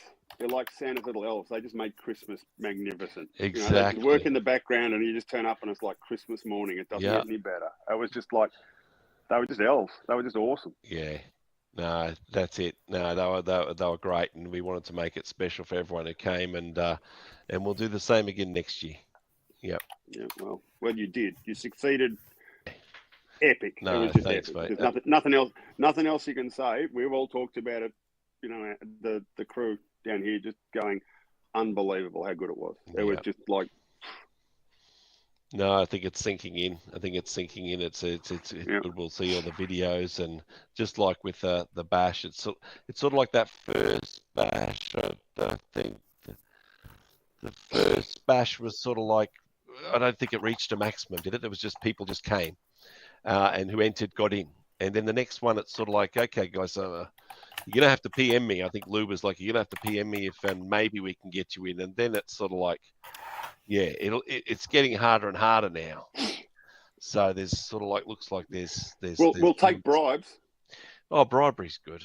Yeah, bribery. Bribery's if you want to get in, a brown paper envelope delivered to Mr. Lou Solar. That's all right. It'll all be fine. No, you guys will be right.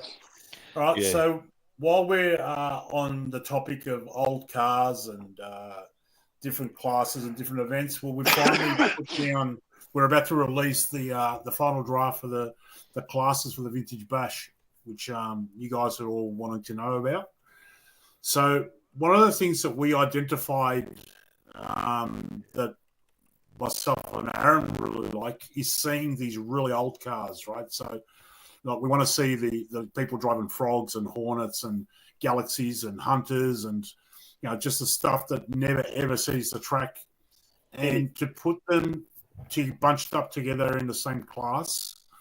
Together with some of these re-release cars, for example, a JJ Ultima or an RC10 Worlds or something like that. It's just wrong. So we've broken up the classes a little bit more. So if anyone that's intending on coming to the Vintage Bash this year is online and can see what we got on the screen, this is it. This is final, and it's not changing. So we're going to go through the classes so you can all understand what it is that we're doing and why it is that we're doing it. So, again, obviously the Hornet Evo, same deal as what you guys did, but we're going to throw the running of the event over to the Japanese guys, probably Hara and Jun Watanabe. We might be doing the Chonmage racing format, which is elimination. That's the one. That's it. The one. Yep. So that'll be on the Friday. Thursday? Costumes are required. Thursday, yes. Stadium truck will be on the Friday. Exactly the same deal as last year. Now, what we've done for this year is we've broken up the earlier classes into two classes. So we're going to go pre-87. So pre-87 two-wheel drive and four-wheel drive. We've actually put together like a little list, and the legibility goes like this. Silvercan, Mabuchi, or Johnson. If you want to run your sport tune or your talk tune, just run it. It won't make any difference. And some of the cars, so you can sort of understand the way we want to put it together. 6-gear RC10, so the little short arm RC10 without the long axles, Johnny Perkins. We're Really? quite happy to take on. He's got a set for me. Damn it! Oh no, I know. Yeah, I know. Yep. That's first warning. First warning. There's CRP. No. There's All CRP I've got is axle. this. Yeah, of course. This It's tells you. exactly what it was done back in the day. Yeah. So there's a little list there that we put together of some of the cars we think would be good to see racing against each other. And if you're not sure, just reach out to us and we'll put you in the correct class. We've also done pre-87 four-wheel drive. So the idea behind that, we don't want to see an Optima Mid race against a hot shot.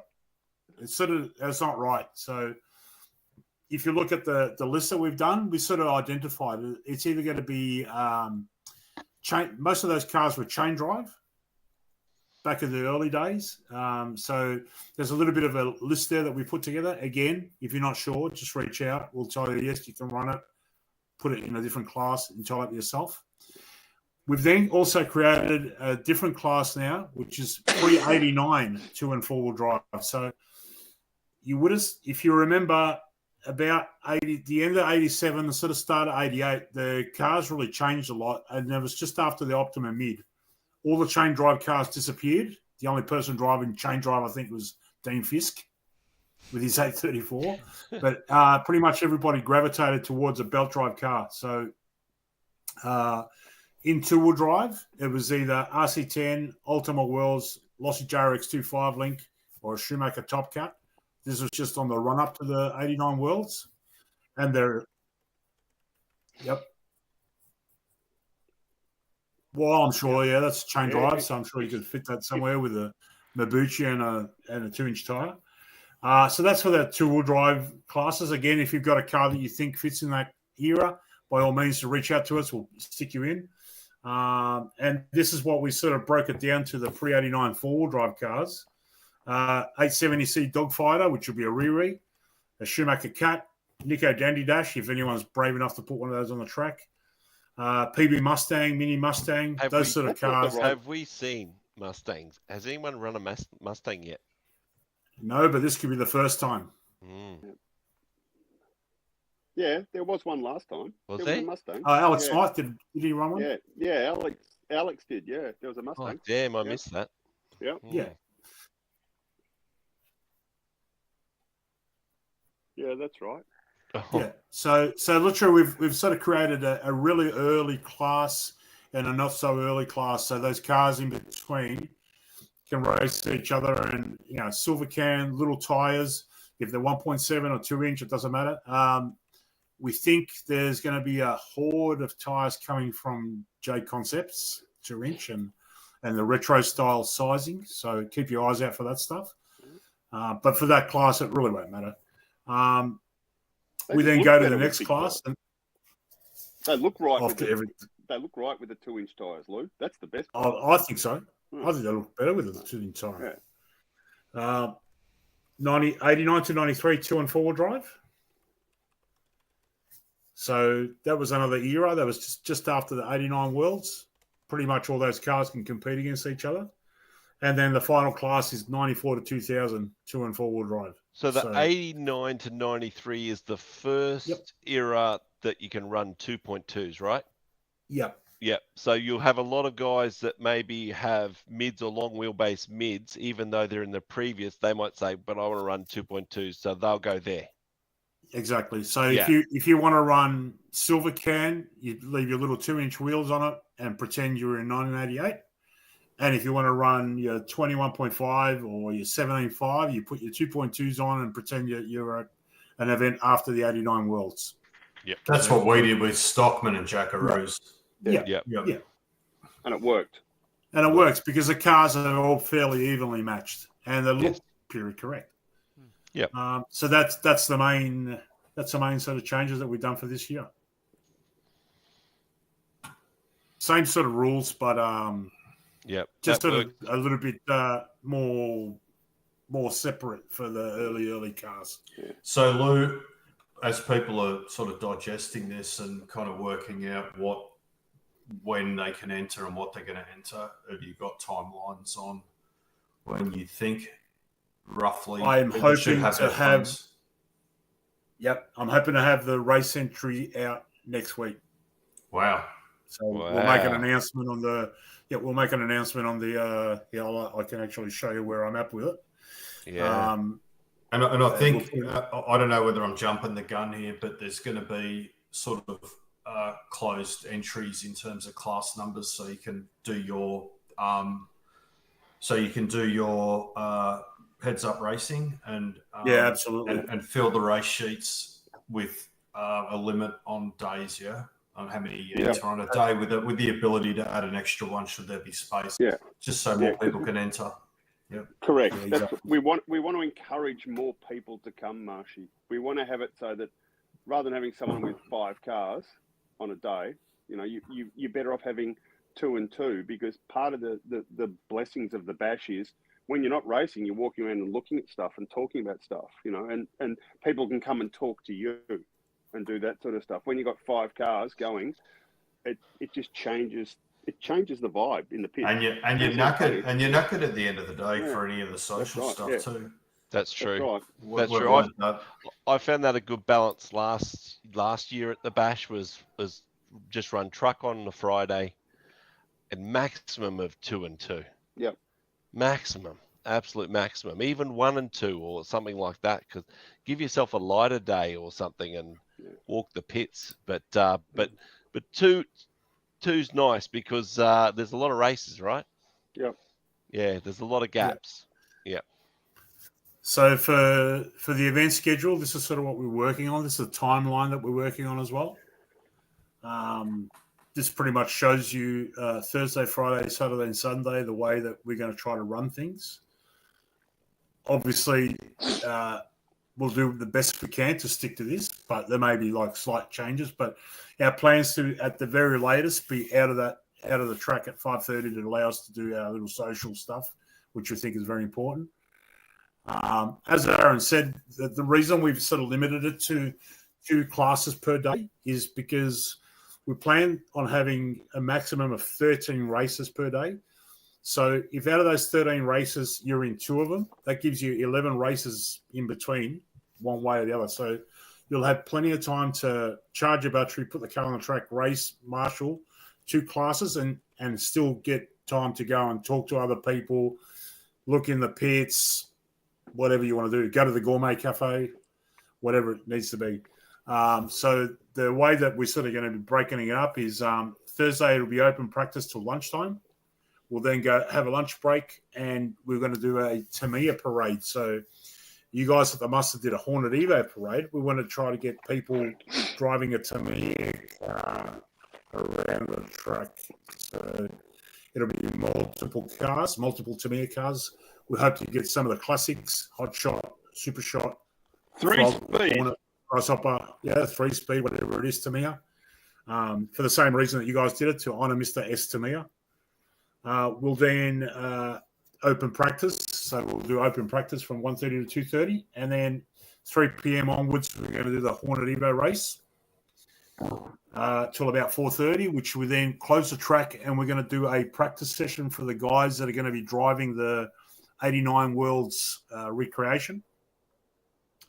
That's just going to be like a half-hour session. And then it'll be open practice at the end of the day and straight to the pub. Friday, we'll do open practice till 11:30, then go do our little concourse. This year, we're going to try to put the cars into different two-wheel drive, four-wheel drive truck, so on and so forth, because we tried to judge them last year, and it was a nightmare. There were just so many cars. So we think it's going to be more of the same. And then straight after that, we're going to go into the truck racing, which we're going to do 4 rounds. At the completion of the trucks, we're going to do the first leg of the 1989 two-wheel drive A final recreation with guest drivers. And that'll wrap up Friday. Saturday, early start, straight racing from the start to the end. We hope to be finished the racing by 5. And then at the conclusion of the racing on the Saturday, we'll go and do League 2 of the Two-Wheel Drive World's A final. And same deal on the Sunday. So it should be a fairly streamlined, no mucking about, heads up. You'll see all type of cars, all type of eras racing each other. And, yeah, looking forward to having a really good time. Brilliant. Mm. But because we got all that space between the races, if you're caught doing a roll center adjustment on your vintage car, you will get found out and have to shout the bar.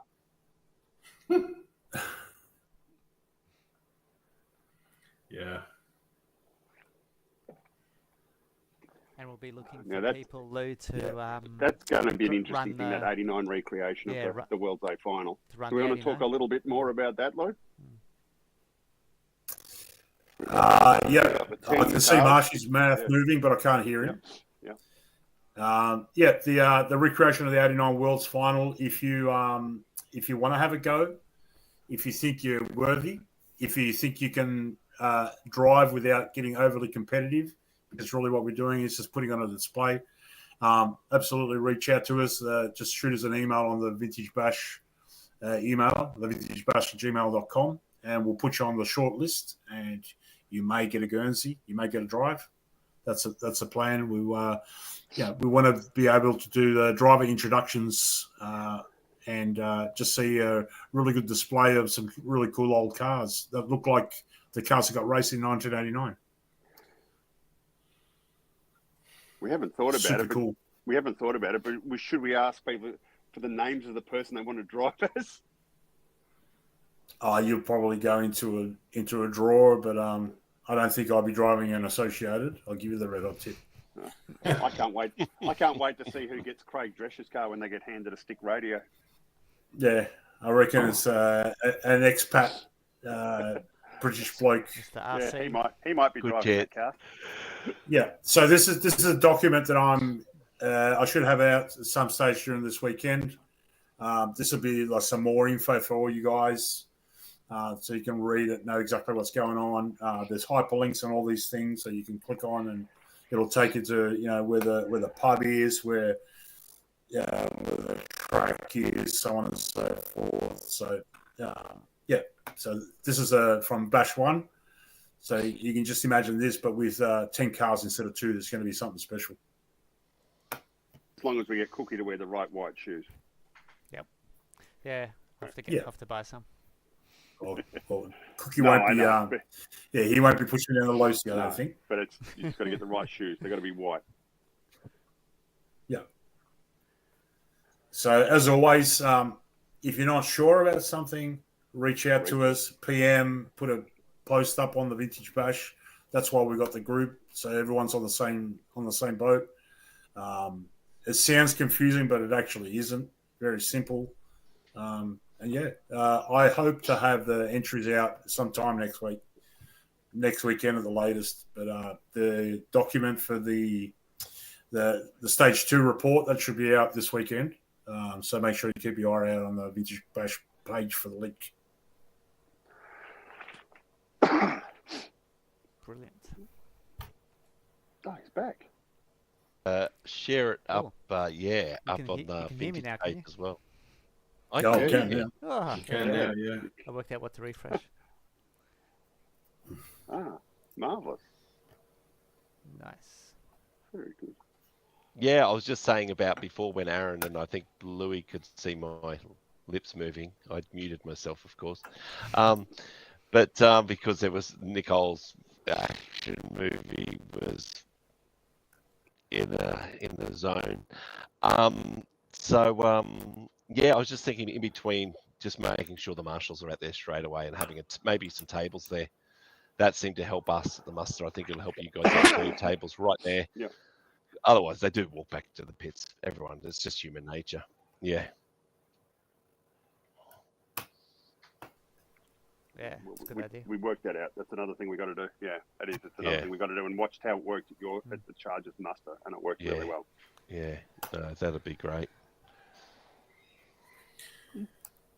Very good. It's just natural that we all talk about cars and we just keep talking about them. Yep. That's hard it. to stop. It's once you start. Yep. Oh, what's this? Rob, You got to Robbie's, do. You got to do. Robbie's getting into my lovely tan as well. So, I do not own white shoes.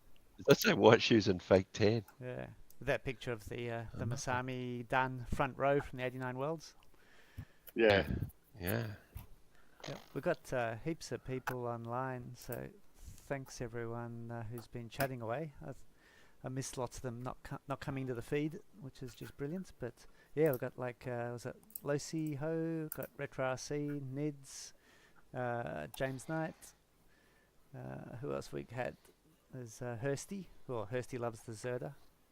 BJ. Yep, Robbie's there, of course.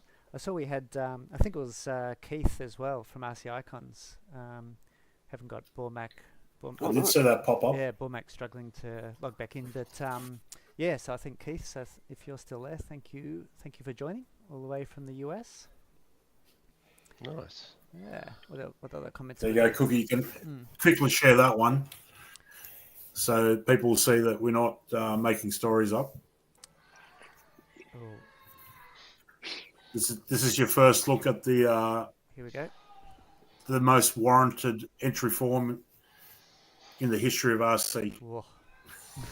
And as you're It's saying, going to be before, hot. yeah, we really want to try and make sure that all the humans get a chance to enter this time. So slightly limiting the number of entries per person, just to make sure that we'll try and make sure that people don't miss out that want to be in the fun. So that'll be pretty cool. So yeah, entry form. Whoa, look at this. Internet will be going crazy. Yeah, I know. That's it. There'll be a black market in those. So it's limited to 4 with an option of a 5th sort of scenario? Yes. Yeah. Yep. So we're not going to limit, obviously, because the Hornet Evo is on the Thursday, we're not going to limit you. You can enter that. Because the trucks are on the Friday, you can enter that if you so wish. Okay. If you run truck, then we're going to limit you to 3 races Saturday and Sunday. So you'll miss out on one because we're just trying to open it up for everybody. No, I got you. So it's a total of 4 classes. So you can choose to run truck, 2 4-wheel drives and 1 2-wheel drive, 2 4-wheel drives, 2 2-wheel drives, truck, 2 2-wheel drives and 1 4-wheel drive, whichever way you want to do it. Yep. And then nominate for a 5th class. So if we've got enough room, we can then say, yep, you wanted to run that class. We've got a spot for you. Bang, done. Yeah. We've made a little section down to the bottom as we go through the entry form here.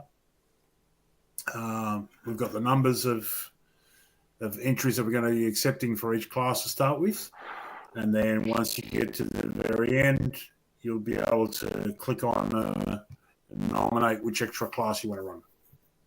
Yes. Awesome. Should be fairly self-explanatory. And if it's not, well, we just so happen to have virtual AI agent. Have a look at this agent. Oh, Oh, oh. happy days. It looks Hey. like Hey, Gary Sturdy in a suit. Hang on. I'd trust him. Hey, would you? Oh, definitely, like a real estate. that's actually quite good. Look at this. Yeah. Can't go wrong with that guy. Yeah. What's that say? Too small. Can we make it a bit No. bigger? He's What's his answer? Okay. Team Lossy. What have we got there? Tell me Yeah, about the but gourmet it should be fully cafe. operational. But very good. yeah, There's no information at the gourmet cafe. Whoa, we don't want information. We just want gourmet sausages. Food. I just want food. yeah, exactly. He's thinking. So this should be fully integrated into the form. So if in doubt, ask the AI agent. He'll either make something up or throw you in the Very wrong. good. Yep. He, Well, he'll he be- looks in like the a wrong trusted He'll be angle. thinking. character. He'll be thinking. Yeah. I think we need some to answers see here. that It'll be on the driver's stand. I want to see that on the driver's stand one day. What was that? Sorry, With a Aaron? three-piece suit. Yep, that's the one. Three-piece. I want to see the agent on the driver's stand. He needs to have a headset on, be covered in dust, and look stressed. We want some realism. Yeah. Oh, God. Yeah. So it's Cool. working process. It should Right. It should be out very soon. So, and It's then, got to dry clean the suit. so you'll drop that within a week, you reckon? Yeah, that's the plan. Okay. So keep an Everyone's eye going to out. have to be keep an eye there on the messaging Facebook. each other. Yeah. Keep an eye on Right. the Facebook, everybody. It's going to be like tickets for a blooming Taylor Swift blooming concert. Everyone will be sitting there refreshing their computer to get on. There's going to be a guy at the gate going, "Do you want some tickets to Tour Drive Exactly. 87?" Yeah, that's right. Scalping. There's going to be scalping. You're going to have ticket scalping for classes. Scalping, yeah. Yeah, some sketchy Yeah. looking fella. Yeah, With a big overcoat. You want to buy a watch? maybe in a suit, holding a clipboard, Yeah. with a black tie. So, Cookie, we've been busy the last few weeks trying to rustle up some sponsorships. Yep. And since you've got your finger on the pulse with regards to that, there's a couple of extra announcements that we've come up with. Yes. So if we can, where is it? If you guys look down here on the screen, you can see we've got all our awesome sponsor logos. So for those super observant, of course, that you can tell what's been added since last show, which is very, very obvious. So we've got Speedy RC on board.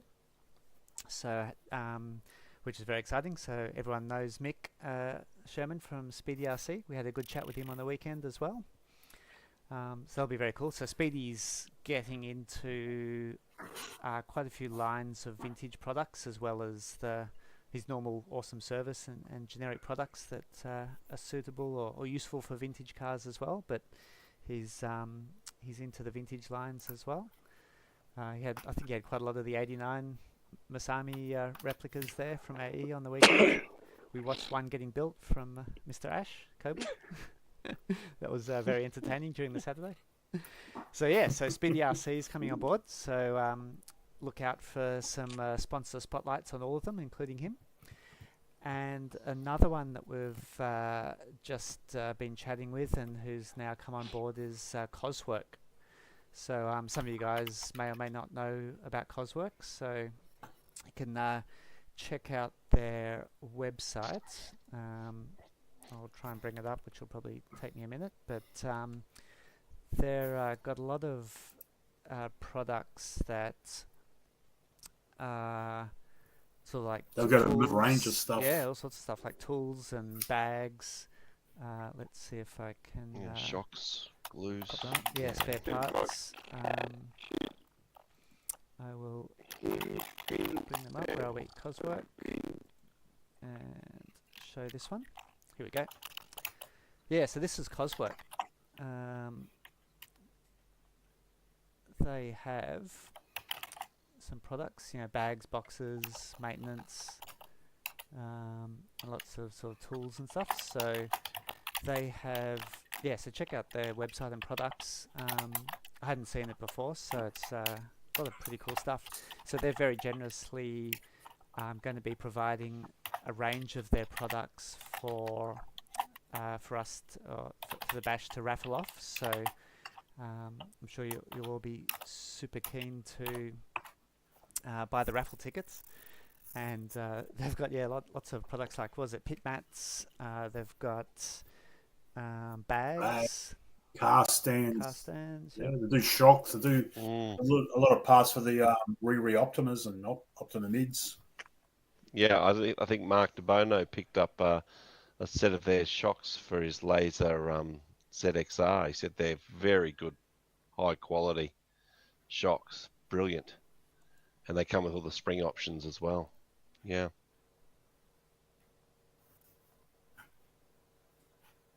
Very cool. There we go. Yeah. Yeah, not just they've got all the options and that there as well. Gold body. Whoa, how good do they look? Mm.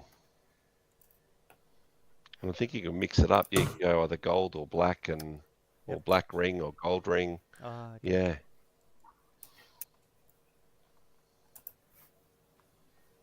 Fantastic. So that's super cool. Yeah, so so you guys will get a chance to probably win these in the raffles and whatever we work out for that. So that'll be pretty cool.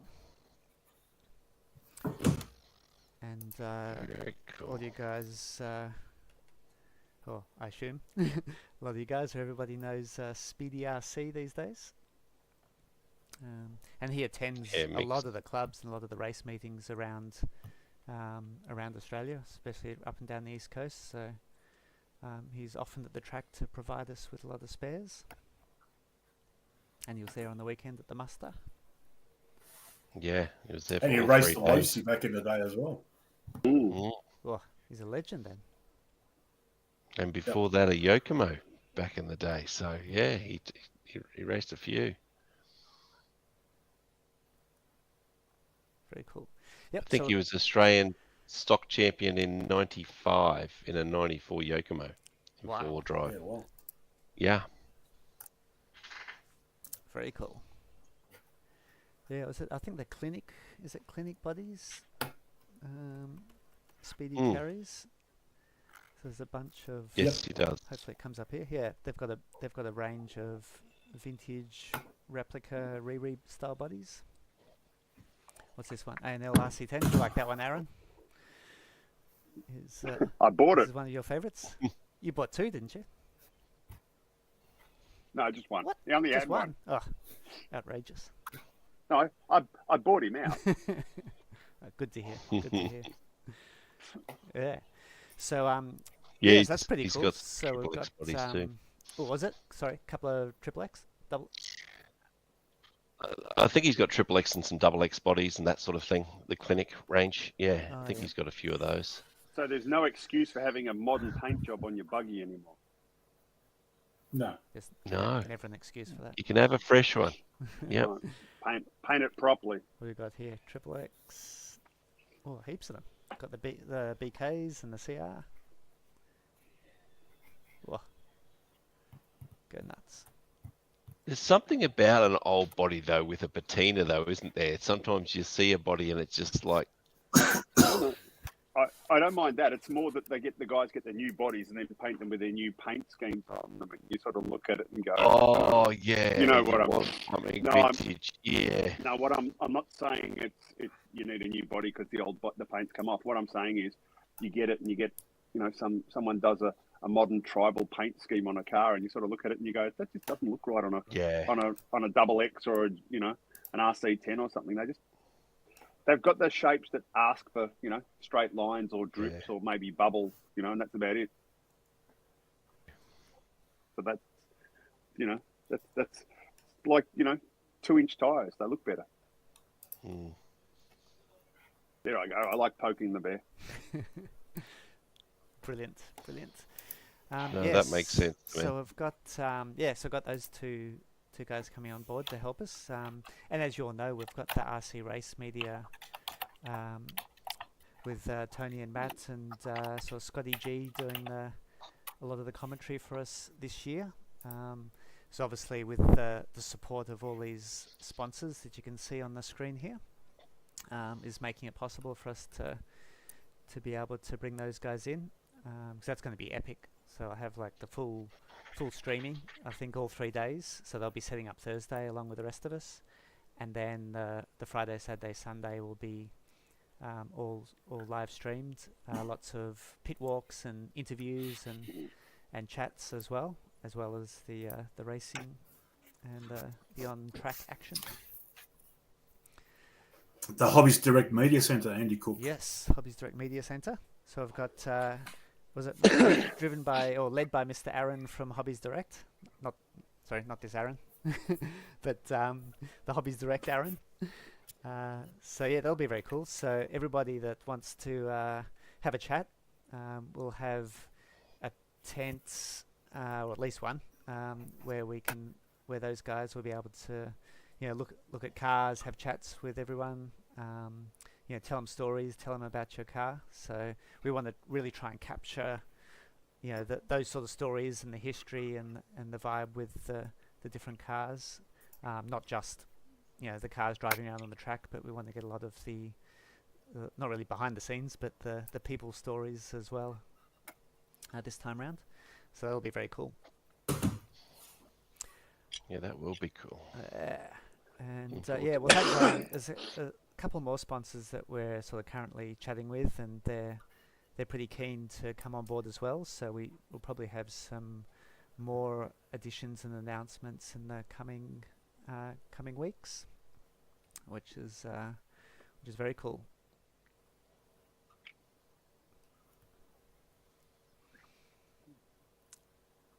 Wake up, Tafina. I know, sorry. You got jet lag still from last weekend. I'm still recovering from the awesomeness of last weekend. I still haven't got enough sleep back in the bank. Yep. The big time difference. Was it time zone difference between Queensland and Victoria? That's it. Yeah. Massive. Massive. That was pretty thick, wasn't it? The sarcasm was laid on. Oh, absolutely. It's a huge time difference. I'm suffering. I'm just suffering massively. Yeah, the other sponsors as well. We'll talk about them more, and we'll do some sponsor spotlights as well on the Facebook page. So look out for those. So we've got Berserk as well as another one. So if you don't know Berserk, he's the Carbon Whisperer for us. I don't know about how many cars, like almost, I won't say every car, but I reckon there'll be a very high percentage of the cars that we're all going to be running would probably have a Berserk look at piece on it. That's Case in point. 93. Case in point. 93 Yes. works. Yeah, come on. Yeah. From Paul? Yep. Yeah, so Berserk. He does beautiful stuff. Yeah, super good quality, and his whole was it the business model and his approach is really customization. So if you want something done, then have a chat. He will come up with ideas and make it happen. He will send you lifetime changes while you're there chatting with him. He will send you, oh, you mean this? And if he he's don't think he's got it, ask. And he sends it to you. Yeah. Yeah, he's got I think it was last count was don't maybe think he's got it, 8,000 ask, files. because I almost guarantee he's got something written on file. Yeah. He's got might be over 10,000 now, but I think last time he told me it was like 8,000 things on file. And if he doesn't have it on file, he'll create it. From an original, from specs, from measurements. So have a chat. And he brings in the Dragon Punch as well, who's another one of our sponsors for the bash. You can check out Dragon Punch. They do a lot of, parts, hardware parts? Bolts, nuts, alloys. Steering linkages, stuff like that. Yeah, a lot of machining parts, which are very nice. So just to show you what Mr. Berserk is like, this is a PM to him this morning, and within, I reckon, an hour and a half, he sends me the picture back of all this ready to go. And I didn't even think half of it he had on file, but he did. Oh, what are you building? Hey, Lou, does he have a taller tower for Turbo Rocky at the front? Oh, Just I reckon asking he'll have for that a on friend. file, yeah. Just asking for a mate. Yeah. He's there's a lot of stuff on his that he probably hasn't actually got catalogued, but he has. So just do reach out to Paul. He's we're very lucky to have him in Melbourne. Let's say that much. Yeah. And pretty close to the There's Knox so many track. running. Yeah. So, was that Aaron? So many. I was going to say, there's so many running vintage cars that are there because Paul's breathed life back into them. Exactly. Yeah. Yeah, that's pretty cool.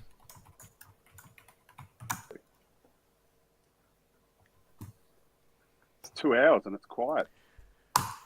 Now, Cookie, I saw I saw some a little bit of Facebook action where a certain Mr. Richard Ball from New South Wales was asking a question about a Losi. Yes. Can you elaborate? Because I didn't actually read it from the start to the end. I can. I will see if I can find it in a sec. So he was asking what class or what era is the double X? Well, actually, no, sorry. The Losi 91 prototype. Prototype. Yeah, we created. So it was our little collaboration there, Mr. Lou. Yep. Um, What era? so yeah, so that was the 91 Worlds prototype. He wanted to know which class that was to be run in, basically. Was that Joel Johnson? Who ran the double X prototype? Who was that? That Okay, was so Kyle- Detroit. We're talking about Detroit. Detroit Oh, 91. Detroit. Yeah, Kyle Reed. Okay. Okay. Stephen Dunn, Mike Dunn. They weren't in the A final though. The only double X prototype was in the A final. That was Mike Reed. It was Kyle Reed. Right. Right. Right. So in 1991, the Losi Pro C didn't exist. The only thing that existed was a JRX Pro and a Junior 2. So Mr. Bull was asking a question about the car. What sort of prototype is it? Well, as a matter of fact, I think you could pretty much make that car could be two prototypes. It could be the prototype of the JRX Pro C, and it could also be the prototype of the Losi Double X, because literally the whole front end is like prototype form of the Losi Double X. The rest of the which didn't exist. At that stage, the Losi drivers were using a JRX Pro on a Junior 2 chassis. So the carbon composite chassis with the shorter towers and all that sort of stuff, that was the thing, and they're all machined out. So that car started off probably as a Junior 2, had some JRX Pro parts put on it, and a complete prototype front end, which would have been double X. And when you read the race reports from that era, they actually refer to the car as a double X. So was it double X? Was it JRX Pro C prototype? Could be both.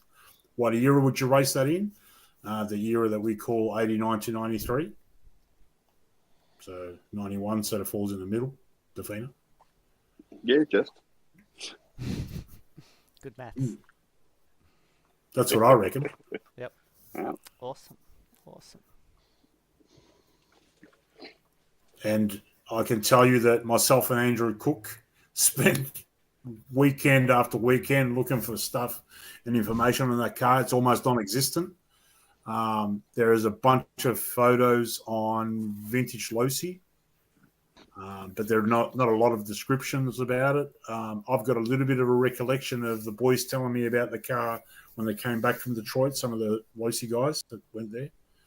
I built a JRX Pro for Stewie Grant that he raced up there, and he also took a hand machine Junior 2 chassis that he may have had as a full car there. But they were loaned the car, and then they had to give them back. And we tried to get some of those prototype cars out.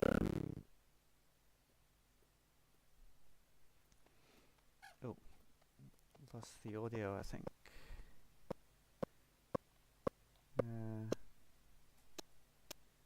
You know, we talk about it was just the worst car, understeer. Yeah, and I was all my bosses for Victoria Interstate Challenge with his Traxxas, and the charged out of Traxxas as well, and it was, you know, the big long white arms. I'm like, I could have one of these.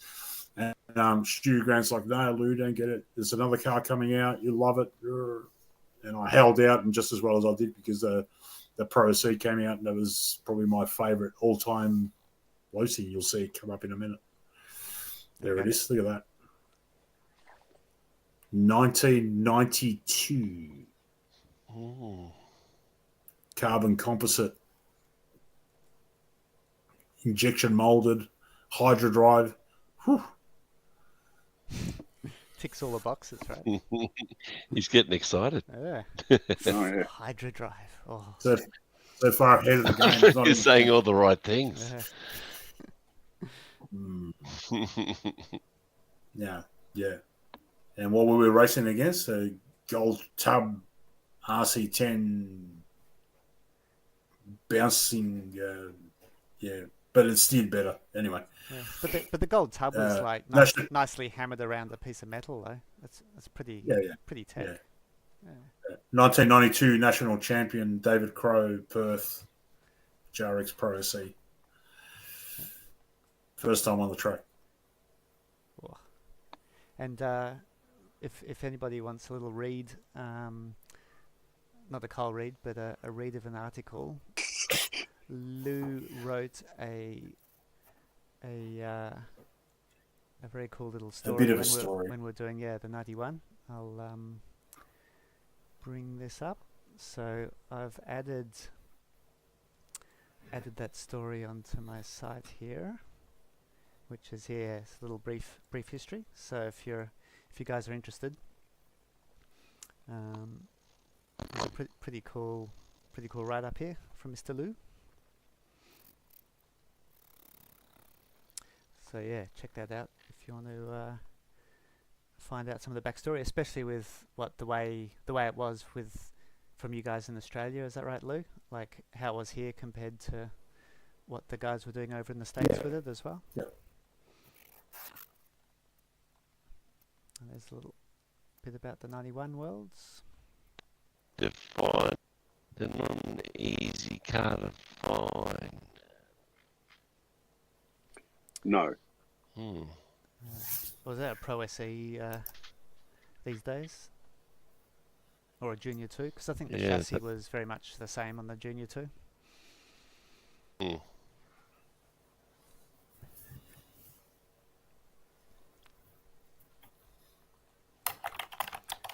We have a question. Gavin Floyd is saying thanks for the chat. Awesome. Hope you're enjoying it. When my audio is working, that is. When will the J Concepts 2-inch tyres be available and from where? We'll be bringing my first low C XX CR to the bash. Oh, awesome. Lou and Darren have converted me. There you go. Well done, Lou and Darren. So the J Concepts 2-inch tyres, good question. They've got the other 1-inch, a couple of different 1.7-inch tyres, and we understand that Jason and his team are working on the 2-inch variant currently. So I don't have any dates or timeline exactly, but other than should be soon. So yeah, keep an eye out for J Concepts on their Facebook and website. As soon as we know, of course, we'll bring all the details and talk about it. But yes, so I guess the answer is they're coming, and that should be pretty cool. And it should be coming for the bash, or before the bash. So we're pretty confident that we'll have them before then, if all goes to plan.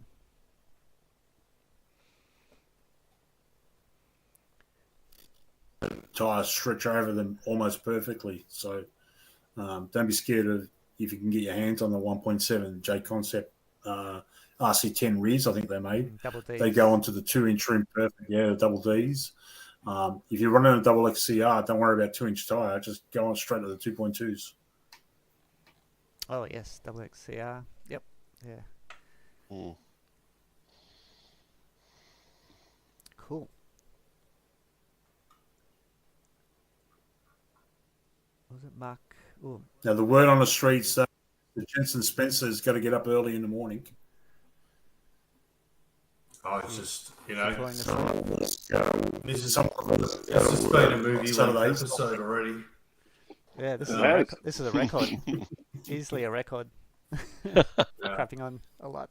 Awesome.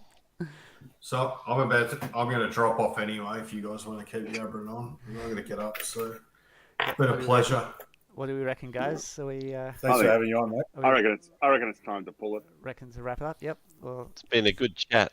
It's been a good Yeah. chat. It's been fantastic. Thank you again, Marshy and Jeno, for last weekend and all your efforts No, up there. It was brilliant. thanks for coming up, guys, and thanks for Yeah, having us really on again. appreciate it. It's been Yeah. awesome.